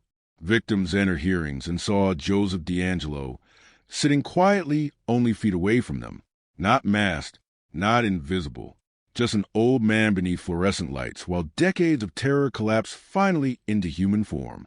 Some survivors later admitted the reality felt disappointing almost. They expected a monster. Instead, they found someone painfully ordinary, and that terrified them more, because ordinary faces disappear easily into crowds. Ordinary neighbors avoid suspicion. Ordinary grandfathers wave politely while hiding unimaginable darkness beneath suburban routine. That was the true horror surrounding Joseph James DeAngelo. Not simply what he did, but how completely normal he looked afterward. Then, during one courtroom appearance, something happened that chilled everyone present. A victim described hearing the killer whisper softly during an assault decades earlier. The phrase haunted her entire life. She repeated it publicly for the first time, while staring toward DeAngelo seated silently beside defense attorneys. And suddenly, the old man lowered his head slightly, almost like recognition. The courtroom fell completely silent, because for one brief moment, survivors realized something horrifying. The monster was still in there. The courtroom felt colder every time another survivor spoke, not because of the air conditioning, because every testimony dragged the past back into the room alive. For decades, the crimes of the Golden State Killer existed inside police files, crime scene photographs, faded newspaper headlines, and whispered late-night conversations between retired detectives who never stopped thinking about the case. But now, inside a Sacramento courtroom packed with reporters, victims, investigators, and families, the horror became human again, one voice at a time, one memory at a time. And sitting silently at the center of it all was Joseph James DeAngelo. The old man barely moved during hearings. He appeared frail sometimes, motionless, wheelchair-bound during certain appearances. His expression remained empty while survivors described nights that destroyed entire lives. Some observers believed he looked detached. Others thought he listened carefully beneath the stillness. But everyone noticed one unsettling detail repeatedly. He almost never looked directly at the victims. Perhaps because hearing the truth spoken aloud shattered the illusion of invisibility he protected for 40 years. Survivors described waking suddenly beneath flashlight beams while masked intruders stood silently beside beds in the darkness. Women recalled hearing plates stacked carefully on their husbands' backs before assaults began. Men described the unbearable helplessness of listening to whispered death threats while tied up beside people they loved. And throughout every statement, the same theme emerged again and again. The fear never ended. One woman testified she still checked windows obsessively every night, even 40 years later. Another survivor admitted she slept with lights on for decades because darkness itself became unbearable after the attack. Husbands described carrying guilt into old age because they could not stop the violence unfolding only feet away from them. The Golden State Killer did not merely assault victims physically. He poisoned their sense of safety permanently. And perhaps that was his true weapon all along. Fear. Pure, sustained fear stretching across generations. Meanwhile, prosecutors continued reconstructing DeAngelo's hidden life. During the years, California hunted him desperately. Investigators traced old employment records, military documents, police disciplinary files, and witness accounts trying to understand how one man maintained such terrifying control over two separate identities. By day, Joseph DeAngelo blended into suburban America. By night, he became something else entirely. Former co-workers remembered strange bursts of rage beneath his quiet personality. Neighbors recalled hearing violent screaming from inside garages late at night. Family acquaintances described unpredictable mood swings that made people uncomfortable without understanding why. But nobody connected those moments to the mass predator terrorizing California, because nobody wanted to believe monsters could exist so close to ordinary life. One investigator later described D'Angelo as a man living in camouflage made of normalcy. That phrase stayed with many people after the trial because it explained something deeply uncomfortable about serial predator society often misunderstands. The most dangerous offenders rarely look dangerous. They survive precisely because they appear ordinary enough to disappear. And Joseph D'Angelo disappeared better than almost anyone. As hearings continued, investigators revealed chilling new details about the scale of surveillance conducted by the Golden State Killer before attacks. Detectives believed he prowled neighborhoods repeatedly weeks before selecting victims permanently. He entered yards quietly, studied routines, learned work schedules, noticed which homes left blinds open at night.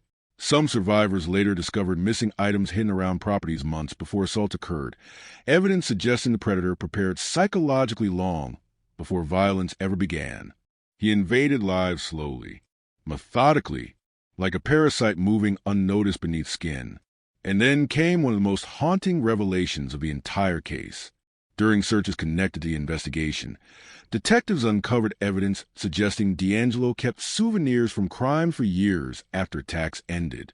Stolen jewelry, personal items, fragments connected emotionally to victims who spent decades unaware pieces of their lives remained hidden inside the killer's private world. That discovery devastated survivors profoundly because it meant the predator never truly left them behind emotionally.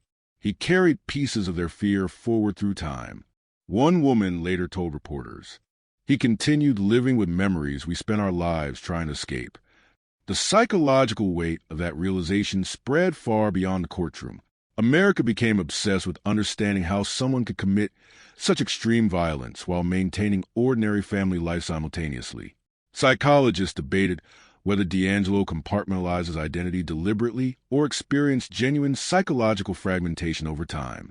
But survivors cared less about theory than accountability. For them, the case was never abstract. It was personal. And finally, after 40 years, the predator had nowhere left to hide. Then prosecutors introduced evidence connected to D'Angelo's law enforcement background. The courtroom atmosphere shifted immediately, because suddenly many unexplained mysteries surrounding the crime started making horrifying sense. The tactical movement, the escape routes, the awareness of police procedure, the ability to avoid forensic mistakes repeatedly during an era before modern DNA testing existed. Joseph D'Angelo did not merely evade law enforcement. He understood it from the inside. Former officers testified about his employment history in Exeter and Auburn, California. Records revealed disciplinary problems, angry confrontations, and the infamous shoplifting incident leading to his firing in 1979. Prosecutors argued the humiliation and collapse of his police career aligned disturbingly with escalation in violence afterward. The timeline painted a terrifying portrait. A failed officer becoming one of America's most elusive predators. And through all of it, D'Angelo remained mostly silent. No dramatic confession. No emotional breakdown. No explanation satisfying enough to answer the question haunting survivors for decades. Why? Why these victims? Why the cruelty? Why the obsession with terror itself? But perhaps the most chilling answer came not from D'Angelo directly, but from FBI profilers studying the case afterward. They concluded the Golden State Killer attacked not primarily for sexual gratification or even violence alone. He attacked for domination, control over fear, control over life itself. That need explained the stalking, the rehearsals, the whispering, the hours spent inside homes long after assaults ended. He wanted victims completely trapped inside his psychological world. And for decades, they were. The trial also exposed another disturbing reality. Many victims believed they would never receive justice because time itself seemed to protect the killer. Detectives retired. Evidence aged. Witness memories faded. Some families died before arrests ever happened. The Golden State Killer case became symbolic of countless cold cases buried beneath decades of frustration and unanswered grief. until DNA changed everything. Forensic genealogy transformed criminal investigations almost overnight after D'Angelo's arrest. Police departments nationwide reopened forgotten cases once considered unsolvable. Detectives suddenly realized hidden predators who escaped justice for decades might now be vulnerable through family DNA databases and modern technology. The ghost haunting California had become a warning to every unidentified killer still alive. Time no longer guaranteed safety. And somewhere inside the Sacramento courtroom, survivors understood that better than anyone, because after 40 years of silence, the monster was finally forced to listen. Then came one of the most emotional moments of the entire proceedings. A survivor approached the microphone slowly, hands trembling visibly. Her voice cracked repeatedly as she described the night the Golden State Killer entered her home decades earlier. She explained how the attack destroyed relationships, trust, sleep, peace, every ordinary certainty people depend on daily without thinking. Then she looked directly toward D'Angelo and asked a question nobody in the courtroom could answer. How many lives did you think you were allowed to steal before someone finally stopped you? The silence afterward felt endless, because buried beneath that question was the true horror of the Golden State Killer case. For 40 years, nobody did stop him. The closer investigators looked at Joseph James D'Angelo's life, the more terrifying the illusion became. Nothing about the suburban house in Citrus Heights screamed serial predator. No hidden torture chambers. No dramatic walls covered in maps and newspaper clippings like something from a Hollywood thriller. The property looked painfully ordinary. A quiet home aging beneath decades of California sunlight. Slightly overgrown grass. Faded paint. Tools inside the garage. Family photographs. Normal. That was the word investigators kept repeating afterward. Normal. And somehow that frightened them more than anything else. Because inside that ordinary life existed a man connected to more than 50 rapes, 13 murders, and a reign of terror so intense entire California communities changed permanently because of him. The contradiction became impossible to ignore. How could someone commit such unimaginable violence and still function inside ordinary society for 40 years without collapsing publicly? Psychologists studying the case believe the answer lived inside D'Angelo's obsession with control. He controlled victims, controlled fear, controlled appearances, controlled himself, at least outwardly. But behind closed doors, cracks existed. Family members later described explosive outbursts hidden beneath his quiet public image, sudden screaming fits, violent rage over minor frustrations. Neighbors recalled hearing him shouting furiously inside the garage late at night, while nobody else seemed present. One former co-worker described D'Angelo as someone who carried anger boiling just beneath the surface all the time.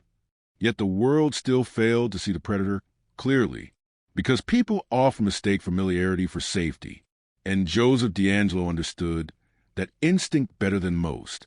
Meanwhile, courtroom testimony continued exposing the staggering psychological damage left behind by the Golden State Killer's crimes.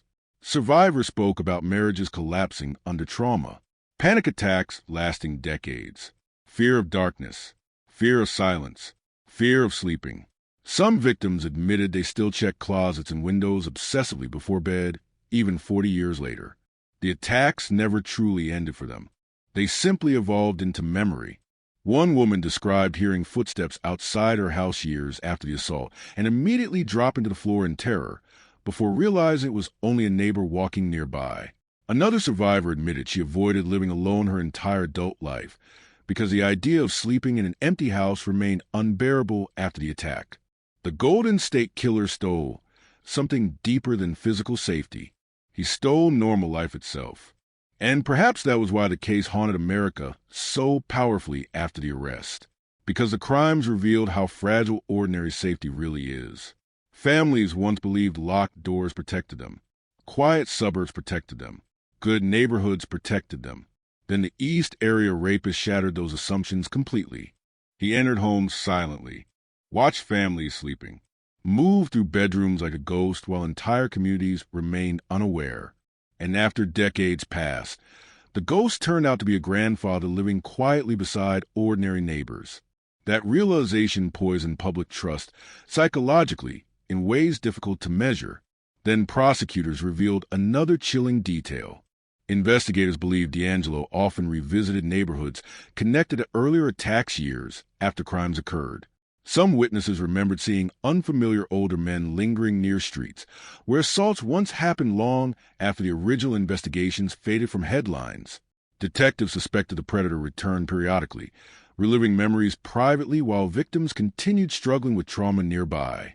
The thought horrified survivors, because it meant the killer might have walked unnoticed through the same communities, still grieving his crimes. Watching, remembering, invisible. The psychological profile emerging during the trial painted D'Angelo as a man addicted not merely to violence, but to domination itself. FBI analysts explained how the Golden State Killer rehearsed attacks mentally long before entering homes physically. The prowling, the surveillance, the phone calls, the stolen personal items, all part of a ritual centered around power and fear. He wanted ownership over victims emotionally, even years later. That need explain why survivors continue receiving disturbing phone calls months or years after assaults ended. Some women answered telephones late at night only to hear breathing before whispered threats dragged them instantly back into terror. Others reported hearing phrases spoken during original attacks, repeated decades later by anonymous callers. The predator wanted reminders, wanted fear to survive permanently. And for many victims, it did. Meanwhile, national media coverage surrounding the case intensified daily. News stations replayed old crime scene footage beside images of elderly Joseph D'Angelo entering courtrooms in handcuffs. Younger generations discovering the case for the first time struggled understanding how one man evaded capture for so long while committing crimes on such a massive scale. Retired detectives answered that question repeatedly during interviews. Different era, different technology, no DNA databases, no surveillance cameras everywhere, no internet connecting police departments instantly. During the 1970s, serial offenders often vanished across county lines because communication between jurisdictions remained painfully fragmented. The Golden State Killer exploited those weaknesses expertly. He changed regions, adapted methods, escalated carefully while investigators struggled connecting patterns quickly enough to stop him. And hidden beneath everything was one horrifying advantage. He understood police procedure firsthand. That reality became even more disturbing after investigators revisited D'Angelo's law enforcement background in greater detail. Former colleagues described him as intelligent, disciplined, and unsettlingly controlled. Some remembered unusual confrontations with civilians during routine police work. Others recalled moments of aggression that felt excessive even then. But nobody imagined the scale of darkness hidden beneath the badge. One retired officer later admitted the revelation destroyed his trust permanently. If someone wearing a uniform could do this, he said quietly, how are we supposed to recognize him? That question echoed far beyond California after the arrest. Because Joseph D'Angelo did not survive through supernatural intelligence. He survived through invisibility, ordinary invisibility. And perhaps that remains the most frightening lesson of the entire case. The monster looked exactly like everyone else. Then came the victim statements that shook the courtroom hardest. A husband described hearing his wife cry softly beside him while both remained tied up during assault decades earlier.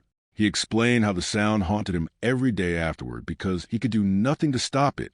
Another survivor described staring at the killer's eyes through flashlight shadows and realizing with absolute certainty that he enjoyed their fear more than the violence itself. That detail stayed with jurors repeatedly throughout the proceedings. Enjoyment, not rage, not impulse. Control, calculated emotional destruction carried out methodically over years. And still Joseph D'Angelo remained mostly expressionless while listening. Some observers believed he appeared emotionally disconnected from the testimony. Others thought the silence itself revealed something darker, a man who spent decades suppressing emotion, so completely he no longer reacted normally at all. But then, during one hearing, witnesses noticed something strange. As prosecutors described forensic genealogy and the DNA evidence leading to his arrest, D'Angelo's posture changed subtly for the first time. His jaw tightened slightly. His eyes shifted downward. tiny movements almost invisible unless someone watched carefully. And suddenly investigators understood something important. The one thing the Golden State Killer never truly prepared for was the future. He escaped detectives, escaped witnesses, escaped fingerprints in patrol cars and helicopters, and decades of investigations. But he could not escape science forever, because while Joseph DeAngelo aged quietly inside suburban America, forensic technology evolved relentlessly in the background. Every year, DNA analysis improved. Every year, databases expanded. Every year, cold case investigators gained new tools capable of dragging hidden predators into the light. The killer believed time protected him. Instead, time destroyed him. And sitting inside that courtroom beneath fluorescent lights and national headlines, Joseph James DeAngelo finally faced the one thing he spent 40 years avoiding: exposure. The fear never really left California. Even decades after the attack stopped, survivors still felt it lingering quietly beneath ordinary life like a scar hidden under skin. Some neighborhoods changed permanently after the Golden State Killer disappeared. People installed heavier locks, motion lights, alarm systems. Entire suburban communities developed habits rooted in terror long after newspapers stopped printing headlines about the East Area rapist. Because once people understand someone can enter their homes silently while they sleep, safety never feels the same again. And now, sitting inside courtrooms packed with cameras and reporters, survivors were finally confronting the man responsible face-to-face after 40 years of silence. Joseph James DeAngelo looked smaller than the monster they remembered. That contradiction haunted many victims emotionally during the trial. They spent decades imagining the predator as something larger than human, a shadow, a nightmare, a faceless force moving through darkness. But the reality sitting before them looked old, frail, weak almost. Yet survivors understood something the public sometimes struggled grasping. Age did not erase what he had done. One woman described seeing DeAngelo in court for the first time and feeling physically sick because his eyes remained familiar even after 4 decades. Another victim admitted hearing his breathing during hearings triggered panic instantly, dragging her psychologically back into the bedroom where the attack occurred years earlier. Trauma does not measure time normally. For survivors, the past remained alive, and every courtroom appearance reopened wounds many spent lifetimes trying desperately to close. Meanwhile, prosecutors continued exposing the horrifying scope of the Golden State Killer investigation itself. Detectives revealed how many attacks likely went unreported entirely due to fear, shame, or lack of forensic understanding during the 1970s. Some victims never contacted police. Others withdrew cooperation after insensitive treatment by investigators unfamiliar with trauma psychology at the time. The real number of crimes might never be known completely. That possibility disturbed even veteran detectives. Because the confirmed attacks alone shattered California psychologically, what hidden violence remained buried forever inside forgotten memories and unreported fear. Investigators also revisited DeAngelo's earliest known criminal behavior connected to the Visalia ransacker series years before the East Area rapist attacks officially began. During the mid-1970s, dozens of bizarre burglaries plagued Visalia, California. Homes were entered silently at night, personal items stolen randomly, drawers rearranged. Victims reported hearing prowlers moving through neighborhoods after dark. Sound familiar? Because it was the beginning. The predator was evolving already. One murder linked to the Visalia crimes involved a journalism professor named Claude Snelling, shot while trying to stop a masked intruder kidnapping his teenage daughter from their home in 1975. At the time, investigators failed connecting the killing fully to later crimes committed across California. But after DeAngelo's arrest, many detectives became convinced the murder represented an early stage of the Golden State Killer's transformation into something far more dangerous. The violence escalated slowly over years. Burglary, stalking, sexual assault, murder, each stage building toward the next. And hidden beneath the progression was a terrifying level of patience. Joseph DeAngelo did not erupt suddenly into violence. He developed into it carefully. That realization fascinated criminal profilers studying the case after the arrest. Experts believe the Golden State Killer experienced intense psychological gratification, not merely from attacks themselves, but from preparation beforehand, the prowling, the surveillance, the planning, the invasion of personal space long before victims even realized danger existed. Control started before contact, and it continued long afterward. That pattern explained why so many survivors described feeling watched for months before assaults occurred. Strange phone calls, missing objects, open gates, unfamiliar vehicles parked nearby repeatedly. The predator inserted himself into victims' lives gradually, like a shadow stretching slowly across the floor. Then, when fear fully matured, he struck. Meanwhile, the national obsession surrounding the case intensified dramatically as more details emerged publicly. Documentaries flooded streaming platforms. Podcasts revisited old evidence. Retired detectives became media figures overnight, while younger generations discovered the horrifying history behind the Golden State Killer for the first time. But for victims, the publicity carried complicated emotions. Some appreciated renewed attention because it validated decades of suffering society once ignored. Others hated seeing trauma transformed into entertainment for audiences consuming true crime stories safely from couches and smartphones. One survivor expressed frustration bluntly during an interview. "People call it fascinating," she said quietly. "For us, it was life." That sentence cut through the spectacle surrounding the case with devastating clarity. Because behind every forensic breakthrough and dramatic headline existed real people carrying irreversible damage across 40 years. And still Joseph DeAngelo remained mostly silent. No full confession. No detailed explanation. No apology capable of answering the question haunting investigators endlessly. How could someone live beside ordinary families for decades while hiding so much violence internally? The answer perhaps emerged slowly through fragments uncovered after his arrest.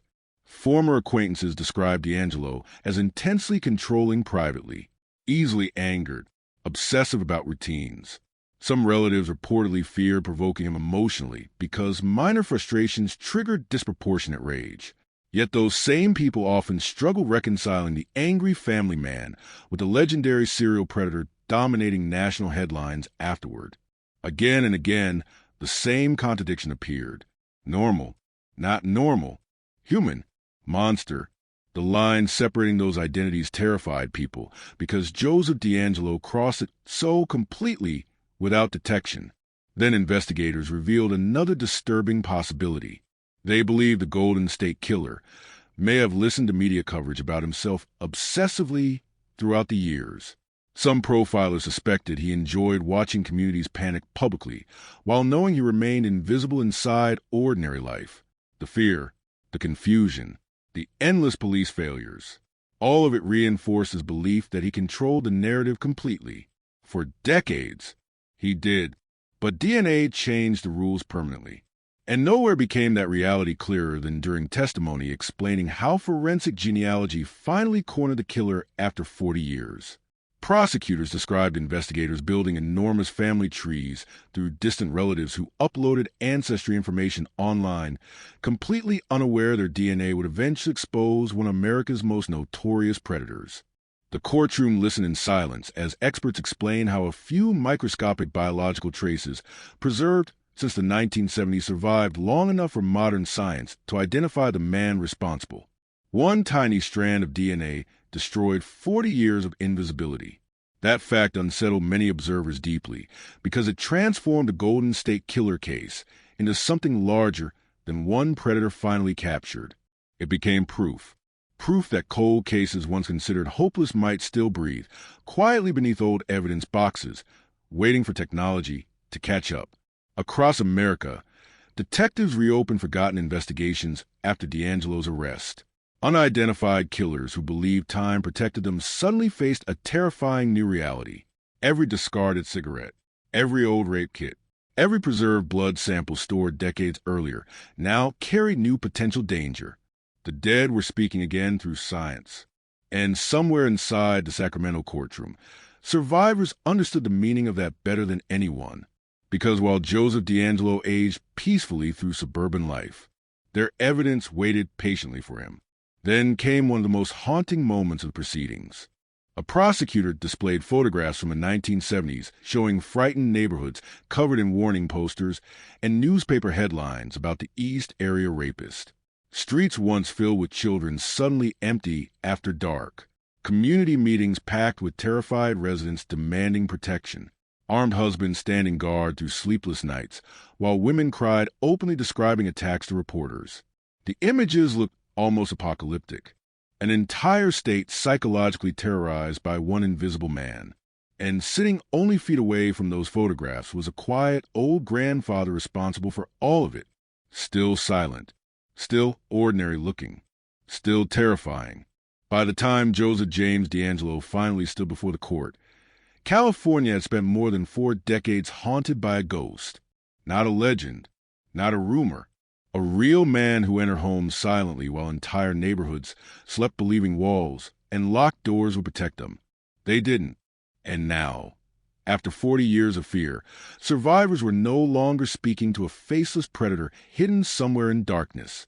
They were speaking directly to him. The man who stole peace from hundreds of lives while growing old quietly beneath suburban sunlight. The victim impact statements began slowly at first. Then the floodgates opened. One survivor described waking every night at exactly 3 a.m. for decades because that was the hour the attack happened. Another admitted she never again allowed herself to sleep beside open windows, even during unbearable California summers. A husband explained how his marriage collapsed beneath invisible trauma because neither he nor his wife could ever fully escape what happened inside their bedroom that night. The courtroom listened through absolute silence. No dramatic music. No television narration, only trembling voices carrying 40 years of buried fear. Some survivors cried openly while speaking. Others sounded emotionally detached, almost mechanical, as if they separated themselves psychologically from the memories just to survive retelling them. But every testimony carried the same unbearable truth.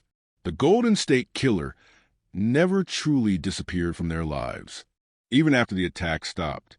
Even after decades passed, he remained there quietly inside nightmares, panic attacks, broken relationships, insomnia, and fear woven permanently into ordinary routines.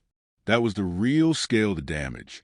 And sitting only feet away from them was Joseph DeAngelo, expressionless beneath fluorescent courtroom lights. The contrast felt surreal. This elderly man in a wheelchair once crawled through dark suburban neighborhoods, hunting victims like prey. This quiet grandfather once whispered death threats into terrified ears, while families lay bound helplessly beside him. The mind struggled connecting those realities together, but the survivors never doubted. They remembered. One woman stared directly toward DeAngelo and spoke with a calmness that unsettled everyone in the courtroom more than screaming ever could. "You were never God," she said quietly. "You were just a coward hiding in the dark." The statement spread across national media almost instantly because it shattered something essential about the mythology surrounding the Golden State Killer. For decades, fear transformed him into an almost supernatural figure, an invisible phantom who outsmarted police, vanished without mistakes, and escaped justice forever.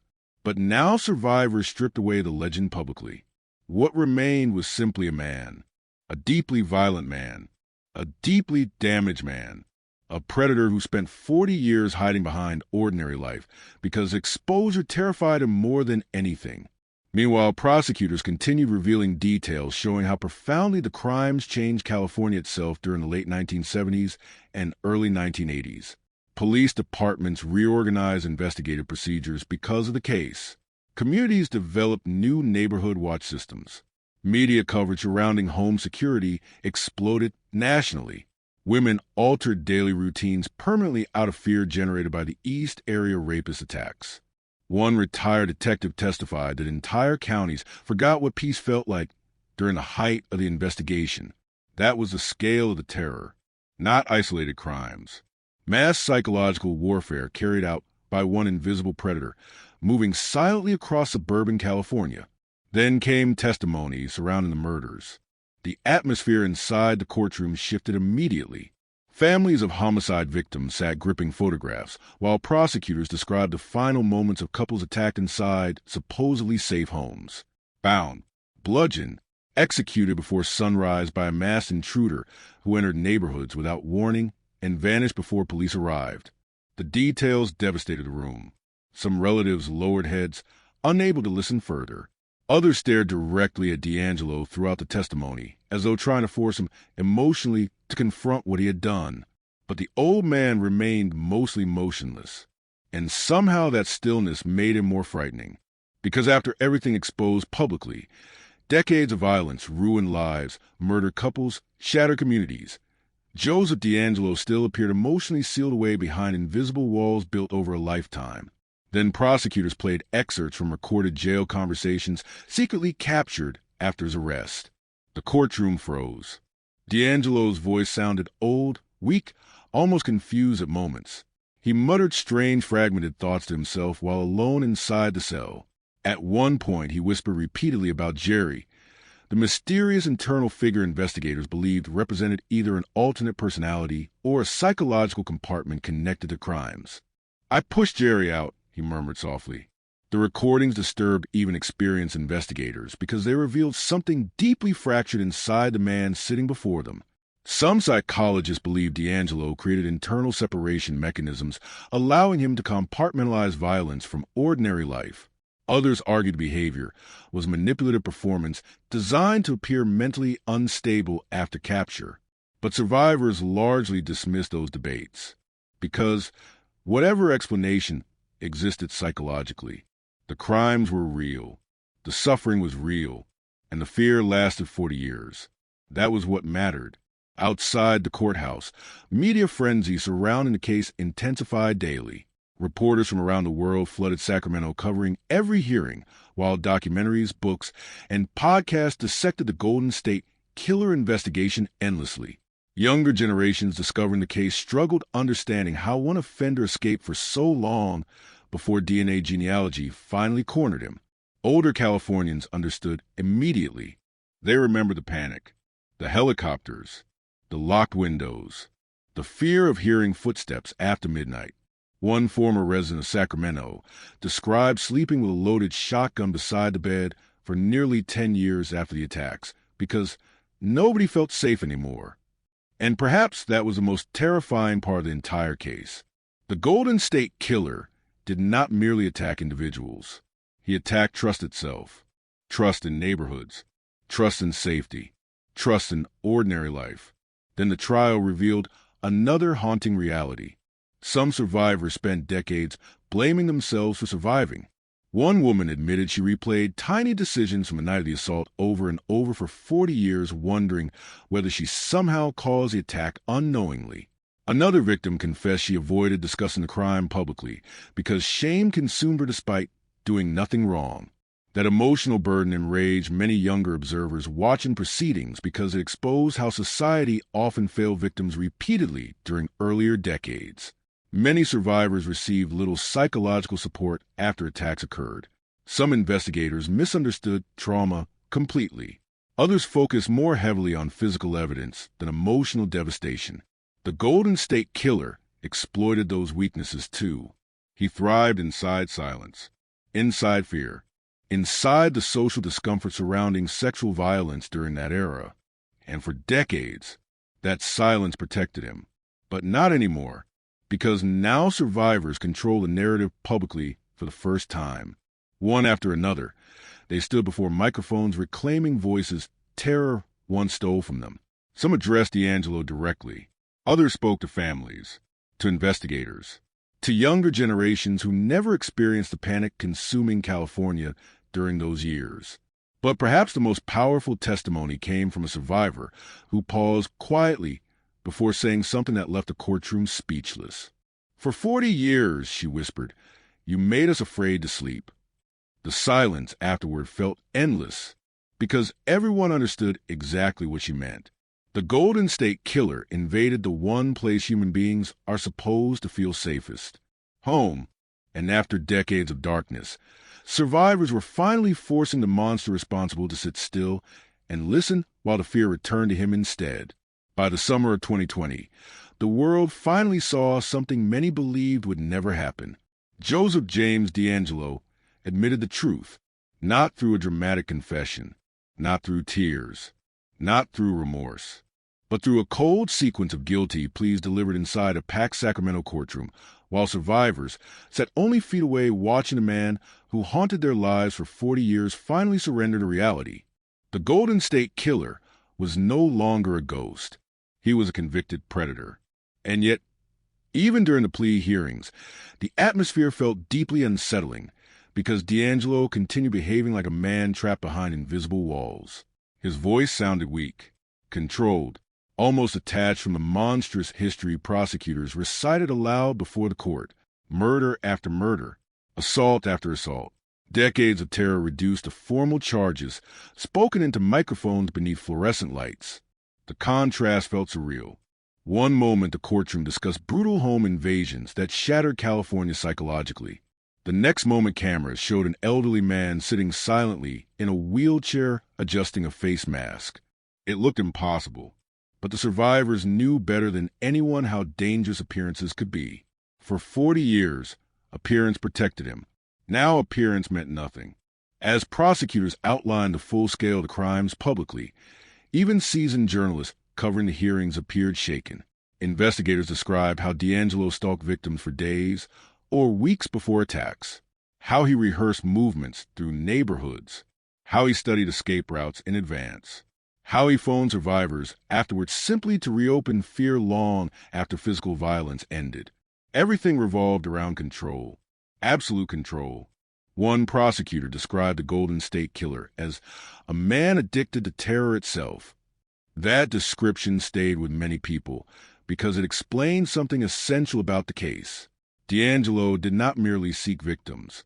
He cultivated fear carefully like a weapon, and California lived beneath that weapon for years. Then came the details surrounding the murders in Southern California. The courtroom atmosphere darkened instantly. Victims' relatives sat clutching tissues while prosecutors described sleeping couples attacked before sunrise inside homes they believed were safe. Blunt force trauma, blood-covered bedrooms.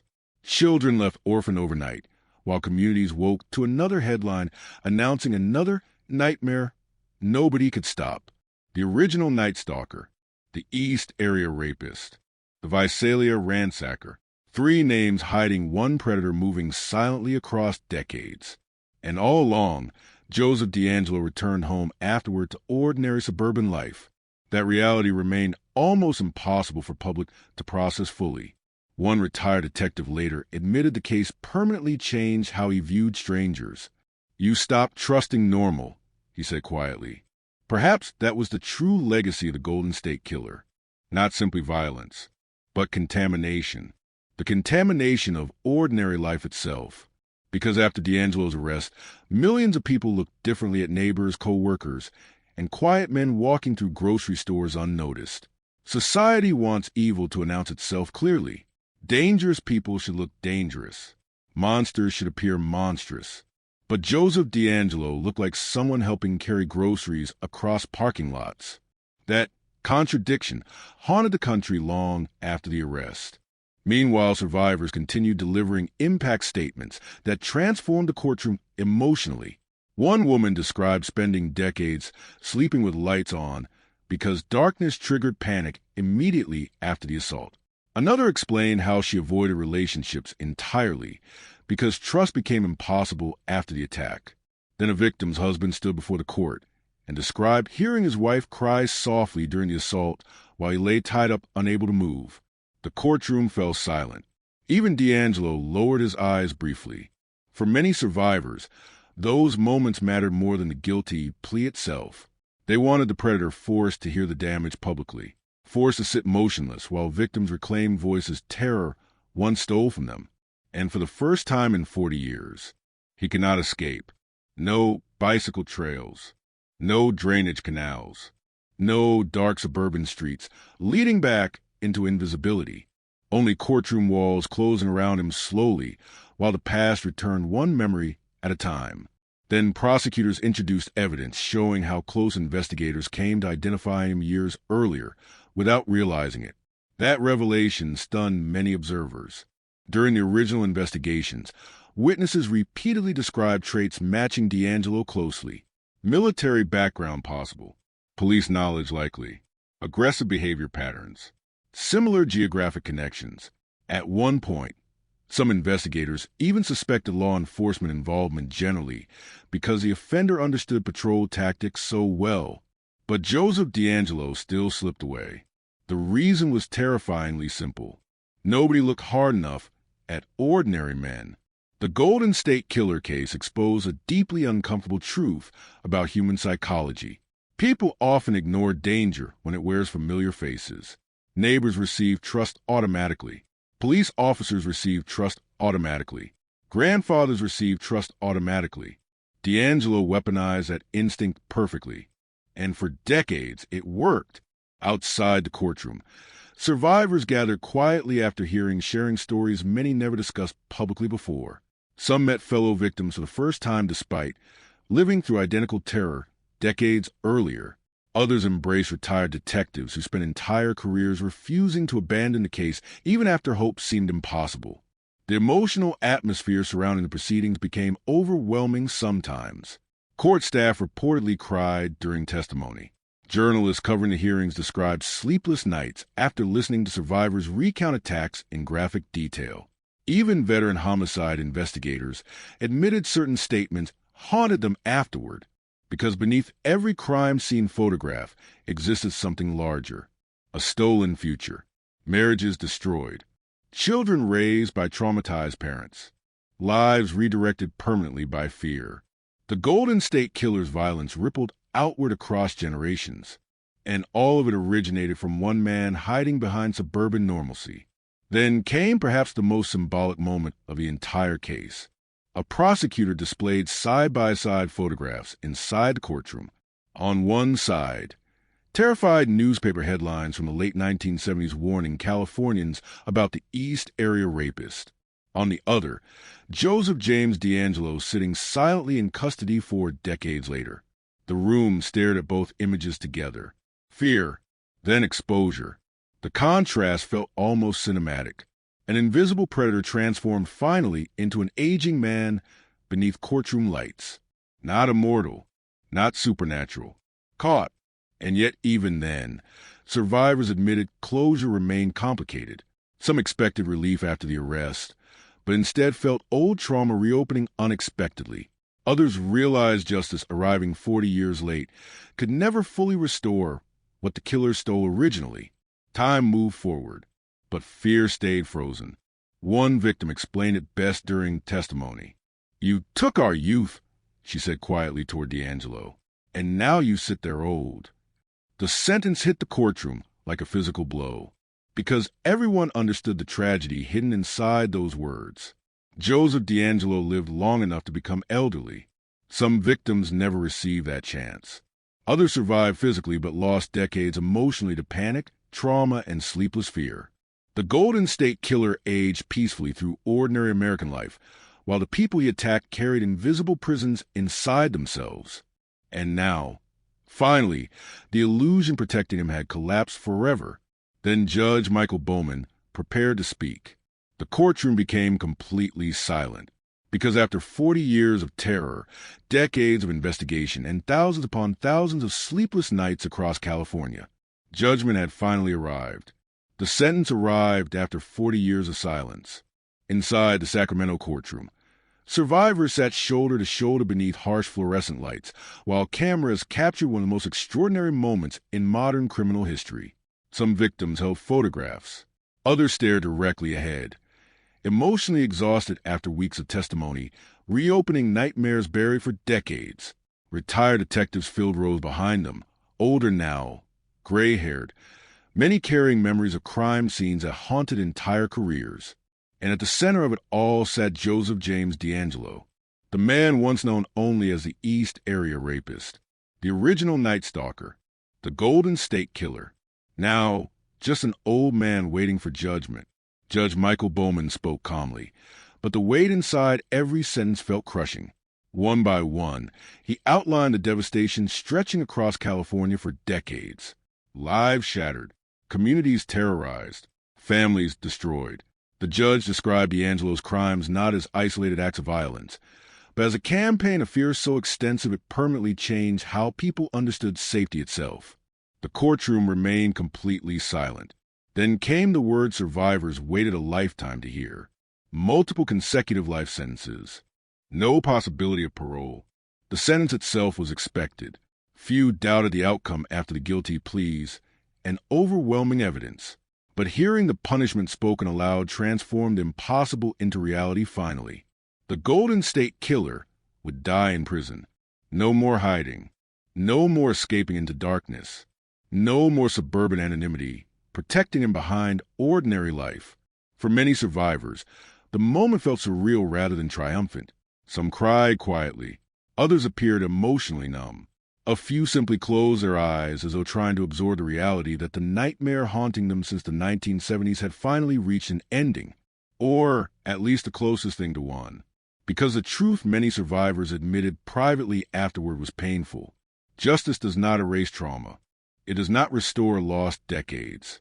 It does not repair marriages destroyed by fear or give murder victims their futures back. What it does offer is acknowledgement, validation, proof that the horror was real and that the man responsible could no longer pretend otherwise. And perhaps after 40 years, that mattered more than revenge. Then something unexpected happened. Joseph D'Angelo spoke. The courtroom leaned forward instantly. For years he remained largely silent, expressionless through hearings while victims described unspeakable trauma only feet away from him. Many believed he would never acknowledge the crimes publicly in any meaningful way. Yet now, in a frail voice almost swallowed by the silence surrounding him, D'Angelo addressed the courtroom briefly. "I've listened to all your statements," he said softly, "each one of them, and I'm truly sorry to everyone I have hurt." That was it. No explanation, no detailed confession, no revelation unlocking the mysteries investigators chased for decades. Just a few quiet sentences from a man who spent 40 years hiding behind masks, darkness, and suburban normalcy. Some survivors rejected the apology instantly, calling it empty and meaningless after so much suffering. Others admitted hearing any acknowledgement at all felt emotionally significant even if forgiveness remained impossible. But nearly everyone agreed on one thing. The apology came far too late. Outside the courthouse, national media exploded with coverage analyzing every detail of the sentencing. Reporters debated whether D'Angelo's statement sounded sincere or performative. Psychologists dissected his body language. Former detectives reflected publicly on investigations spanning entire careers. Across America, people watched courtroom footage repeatedly try to understand how one man maintained such terrifying secrecy for decades. And underneath every discussion lingered the same chilling question. How many more are still out there? Because the Golden State Killer case transformed criminal investigations permanently after the arrest. Forensic genealogy suddenly emerged as one of the most powerful law enforcement tools in modern history. Cold cases long considered unsolvable reopened nationwide.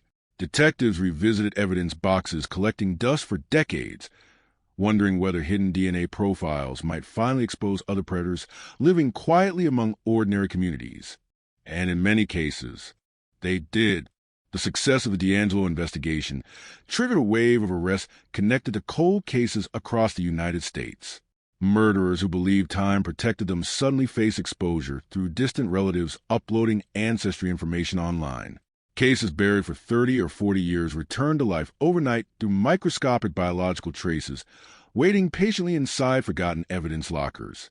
The dead were speaking again, through science, through DNA, through technology that did not exist when many victims originally died. But none of those future cases could erase the singular horror surrounding Joseph D'Angelo himself. Because unlike many serial offenders who spiral into chaos publicly over time, D'Angelo achieved something far more disturbing. He blended in perfectly. Neighbors remembered him arguing about lawn maintenance. Co-workers remembered him complaining about ordinary frustrations. Family members remembered birthday parties, barbecues, quiet evenings. Meanwhile, hidden beneath those memories lived one of America's most prolific predators. That contradiction unsettled people globally because it shattered comforting assumptions about evil. Society teaches people to watch for danger in dark alleyways and abandoned streets. But the Golden State Killer case revealed something much more frightening. Sometimes danger eats dinner beside family members before quietly going to bed in suburban neighborhoods. Then investigators released additional details surrounding D'Angelo's behavior after the attacks ended during the mid-1980s. Detectives believed he simply stopped killing and transitioned fully into ordinary domestic life. No dramatic breakdown, no public confession, no visible unraveling. He just stopped, and that possibility disturbed profilers deeply, because it suggested the predator retained complete control over his hidden identity all along.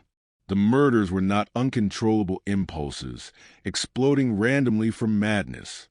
They were choices, calculated choices repeated over years before being buried beneath ordinary life. Once the risk of capture increased, that realization changed how many experts viewed serial offenders entirely. The Golden State Killer was not a mindless beast incapable of functioning socially.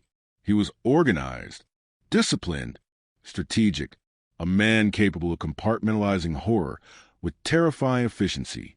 And for decades, that strategy worked. Meanwhile, survivors slowly returned home after sentencing, carrying emotions difficult even for them to understand fully. Relief mixed with exhaustion, closure mixed with grief. Some admitted the case consumed so much of their identities over 40 years that its ending felt strangely disorienting. One victim described leaving the courthouse and suddenly realizing she no longer needed to check the news obsessively every week searching for updates about the killer. Another survivor said she slept peacefully for the first time in decades after the sentencing hearing ended, not because fear vanished completely, but because the ghost finally had walls around him. Steel walls, prison walls, real walls replacing the imaginary one survivors spent 40 years building emotionally around themselves. Then retired detectives gathered quietly outside the courthouse after proceedings concluded. Some embraced each other. Others stood silently staring toward cameras flashing in the distance. Many spent entire careers chasing the Golden State Killer unsuccessfully before retirement forced them away from the investigation. Yet they never stopped thinking about him. One former investigator fought tears while speaking to reporters afterward. "We promised the victims we would never quit," he said. "Today we kept that promise." That sentence carried enormous emotional weight because for decades a Golden State Killer represented failure as much as fear. Failure to protect communities. Failure to identify the predator sooner. Failure to stop the violence before more victims died. But now, after 40 years of darkness, science accomplished what thousands of patrol cars, helicopters, detectives, sketches, and manhunts never could. It unmasked the invisible man. And somewhere inside a California prison cell, Joseph James D'Angelo finally confronted the one reality he spent his entire life avoiding. The world knew exactly who he was. Long after the courtroom emptied, the fear remained. Not the same fear California lived with during the late 1970s when helicopters circled suburban neighborhoods and families slept beside loaded weapons waiting for footsteps in the dark. That fear belonged to another era now, a different America, a different generation. But the shadow left behind by the Golden State Killer never disappeared completely, because some crimes do not end when arrests happen. Some crimes echo. And Joseph James D'Angelo's violence echoed across decades, across families, across entire communities that spent years wondering whether the predator watching from darkness would ever finally be caught. Now he sits alone inside a prison cell, an old man, a convicted killer, a former police officer whose name became permanently fused with one of the most terrifying criminal investigations in American history. No more masks. No more prowling through suburban streets after midnight. No more anonymous phone calls whispering terror into sleeping homes. Just silence. Cold prison silence replacing 40 years of hidden movement through ordinary life. Yet even after sentencing, investigators admitted publicly that certain questions may never receive answers. Nobody knows the full extent of D'Angelo's crimes with complete certainty. Detectives suspect additional burglaries, assaults, and prowling incidents connected to him likely vanished forever into forgotten police reports and fading memories. Some survivors may never even realize the man responsible for terrifying encounters decades earlier was the Golden State Killer himself. The complete truth died slowly over time. Evidence disappeared. Witnesses pass away. Memories fracture beneath trauma and years. That uncertainty lingers like smoke around the edges of the case even now. And perhaps that is what makes the story feel so haunting long after the conviction ended. Because despite the guilty pleas, despite the DNA evidence, despite the life sentences and national headlines, Joseph James DeAngelo never truly explained himself. No full confession ever arrived. No dramatic revelation unlocked the darkness completely. The public saw fragments only. Pieces of a predator who spent decades hiding behind carefully constructed normalcy, while entire communities suffered nightmares connected to his crimes. And maybe that missing explanation terrifies people most of all, because human beings desperately want monsters to make sense. We want reasons, motives, warnings, something clear enough to separate evil from ordinary life safely. But the Golden State Killer case destroyed that illusion completely. Joseph DeAngelo was ordinary life. That was the camouflage. That was the horror. He attended family gatherings while victims struggled sleeping. He stood in grocery store lines while detectives chased shadows. He aged peacefully through suburban American life while survivors carried panic attacks, broken trust, and invisible scars stretching across decades. And nobody recognized him. Not neighbors, not co-workers, not strangers passing him on sidewalks beneath California sunlight. The monster survived because he looked familiar. That truth spread far beyond the courtroom after sentencing. Criminal profilers, psychologists, journalists, and retired detectives all returned repeatedly to the same disturbing realization. Society often imagines evil as something obvious. Wild eyes, threatening behavior, unmistakable danger radiating visibly from certain people. Reality is quieter. Reality mows lawns. Reality waves politely from driveways. Reality hides behind ordinary routines so effectively that entire communities overlook the darkness standing directly beside them. Joseph DeAngelo became the embodiment of that fear. And even now, years after the arrest, the legacy of the Golden State Killer continues reshaping criminal investigations worldwide. Forensic genealogy revolutionized cold case work permanently after the case exploded across international headlines. Detectives everywhere began reopening forgotten investigations with renewed hope, believing hidden predators who escaped justice decades earlier might finally be vulnerable through advancing DNA technology. And many were. Across America, long unsolved murders suddenly received names. Families spent decades grieving without answers before late-night phone calls from detectives changed everything. Evidence boxes untouched since the 1970s reopened beneath fluorescent laboratory lights, while tiny biological traces, preserved through time, exposed killers who believed they escaped forever. The dead started speaking again. Quietly, through DNA, through science, through microscopic fragments, surviving long after memories faded. And every one of those breakthroughs carried echoes of the Golden State Killer investigation behind it.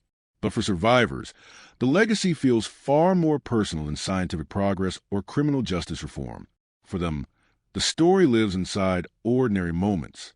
Locking windows before bed, hearing footsteps outside late at night, waking suddenly from old nightmares that still feel real after 40 years. Some survivors admitted publicly that they still struggle trusting silence. Others described lingering anxiety whenever home alarms malfunction or unfamiliar vehicles park outside their houses too long. Trauma rewires ordinary life slowly, invisibly, permanently. The Golden State Killer understood that. He understood fear survives longer than violence itself. And perhaps that is why his crimes haunted California so profoundly for generations.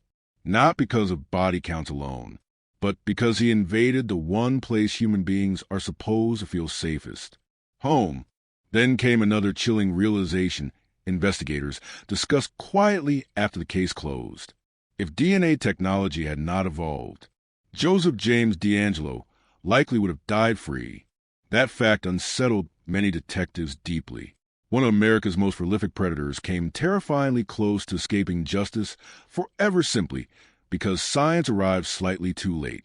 Had genealogy databases not expanded, had evidence not been preserved carefully decades earlier, had one tiny biological sample degraded beyond usefulness, The Golden State Killer might still be anonymous today, a ghost buried beneath suburban history. That possibility transformed the case into something larger than criminal investigation alone. It became a warning about time, about forgotten evidence, about predators aging quietly among ordinary populations while cold cases gathered dust inside storage rooms across the country. Somewhere, investigators realized, other invisible monsters still existed, waiting, hidden behind ordinary faces, just like Joseph D'Angelo once was. And perhaps that is why the story refuses to fade completely from public memory. Because the Golden State Killer case forces people to confront something deeply uncomfortable about the world around them. Evil does not always arrive screaming. Sometimes it arrives smiling politely. Sometimes it borrows the face of a neighbor. Sometimes it spends decades unnoticed beneath ordinary American life until science finally tears the mask away. Then one day the headlines appear. Cold case solved. DNA match. Former cop arrested. Quiet grandfather exposed as serial predator. And suddenly the impossible becomes real. Tonight, somewhere in California, old survivors still check locked doors before sleeping. Some habits never disappear completely. Some fears survive long after courtroom lights fade, and reporters move on to newer stories. But one thing changed forever after April 2018. The ghost haunting California finally received a name. Joseph James D'Angelo, the Golden State Killer, a predator who hid in plain sight for 40 years believing darkness would protect him forever, until one microscopic strand of DNA dragged a monster into the light.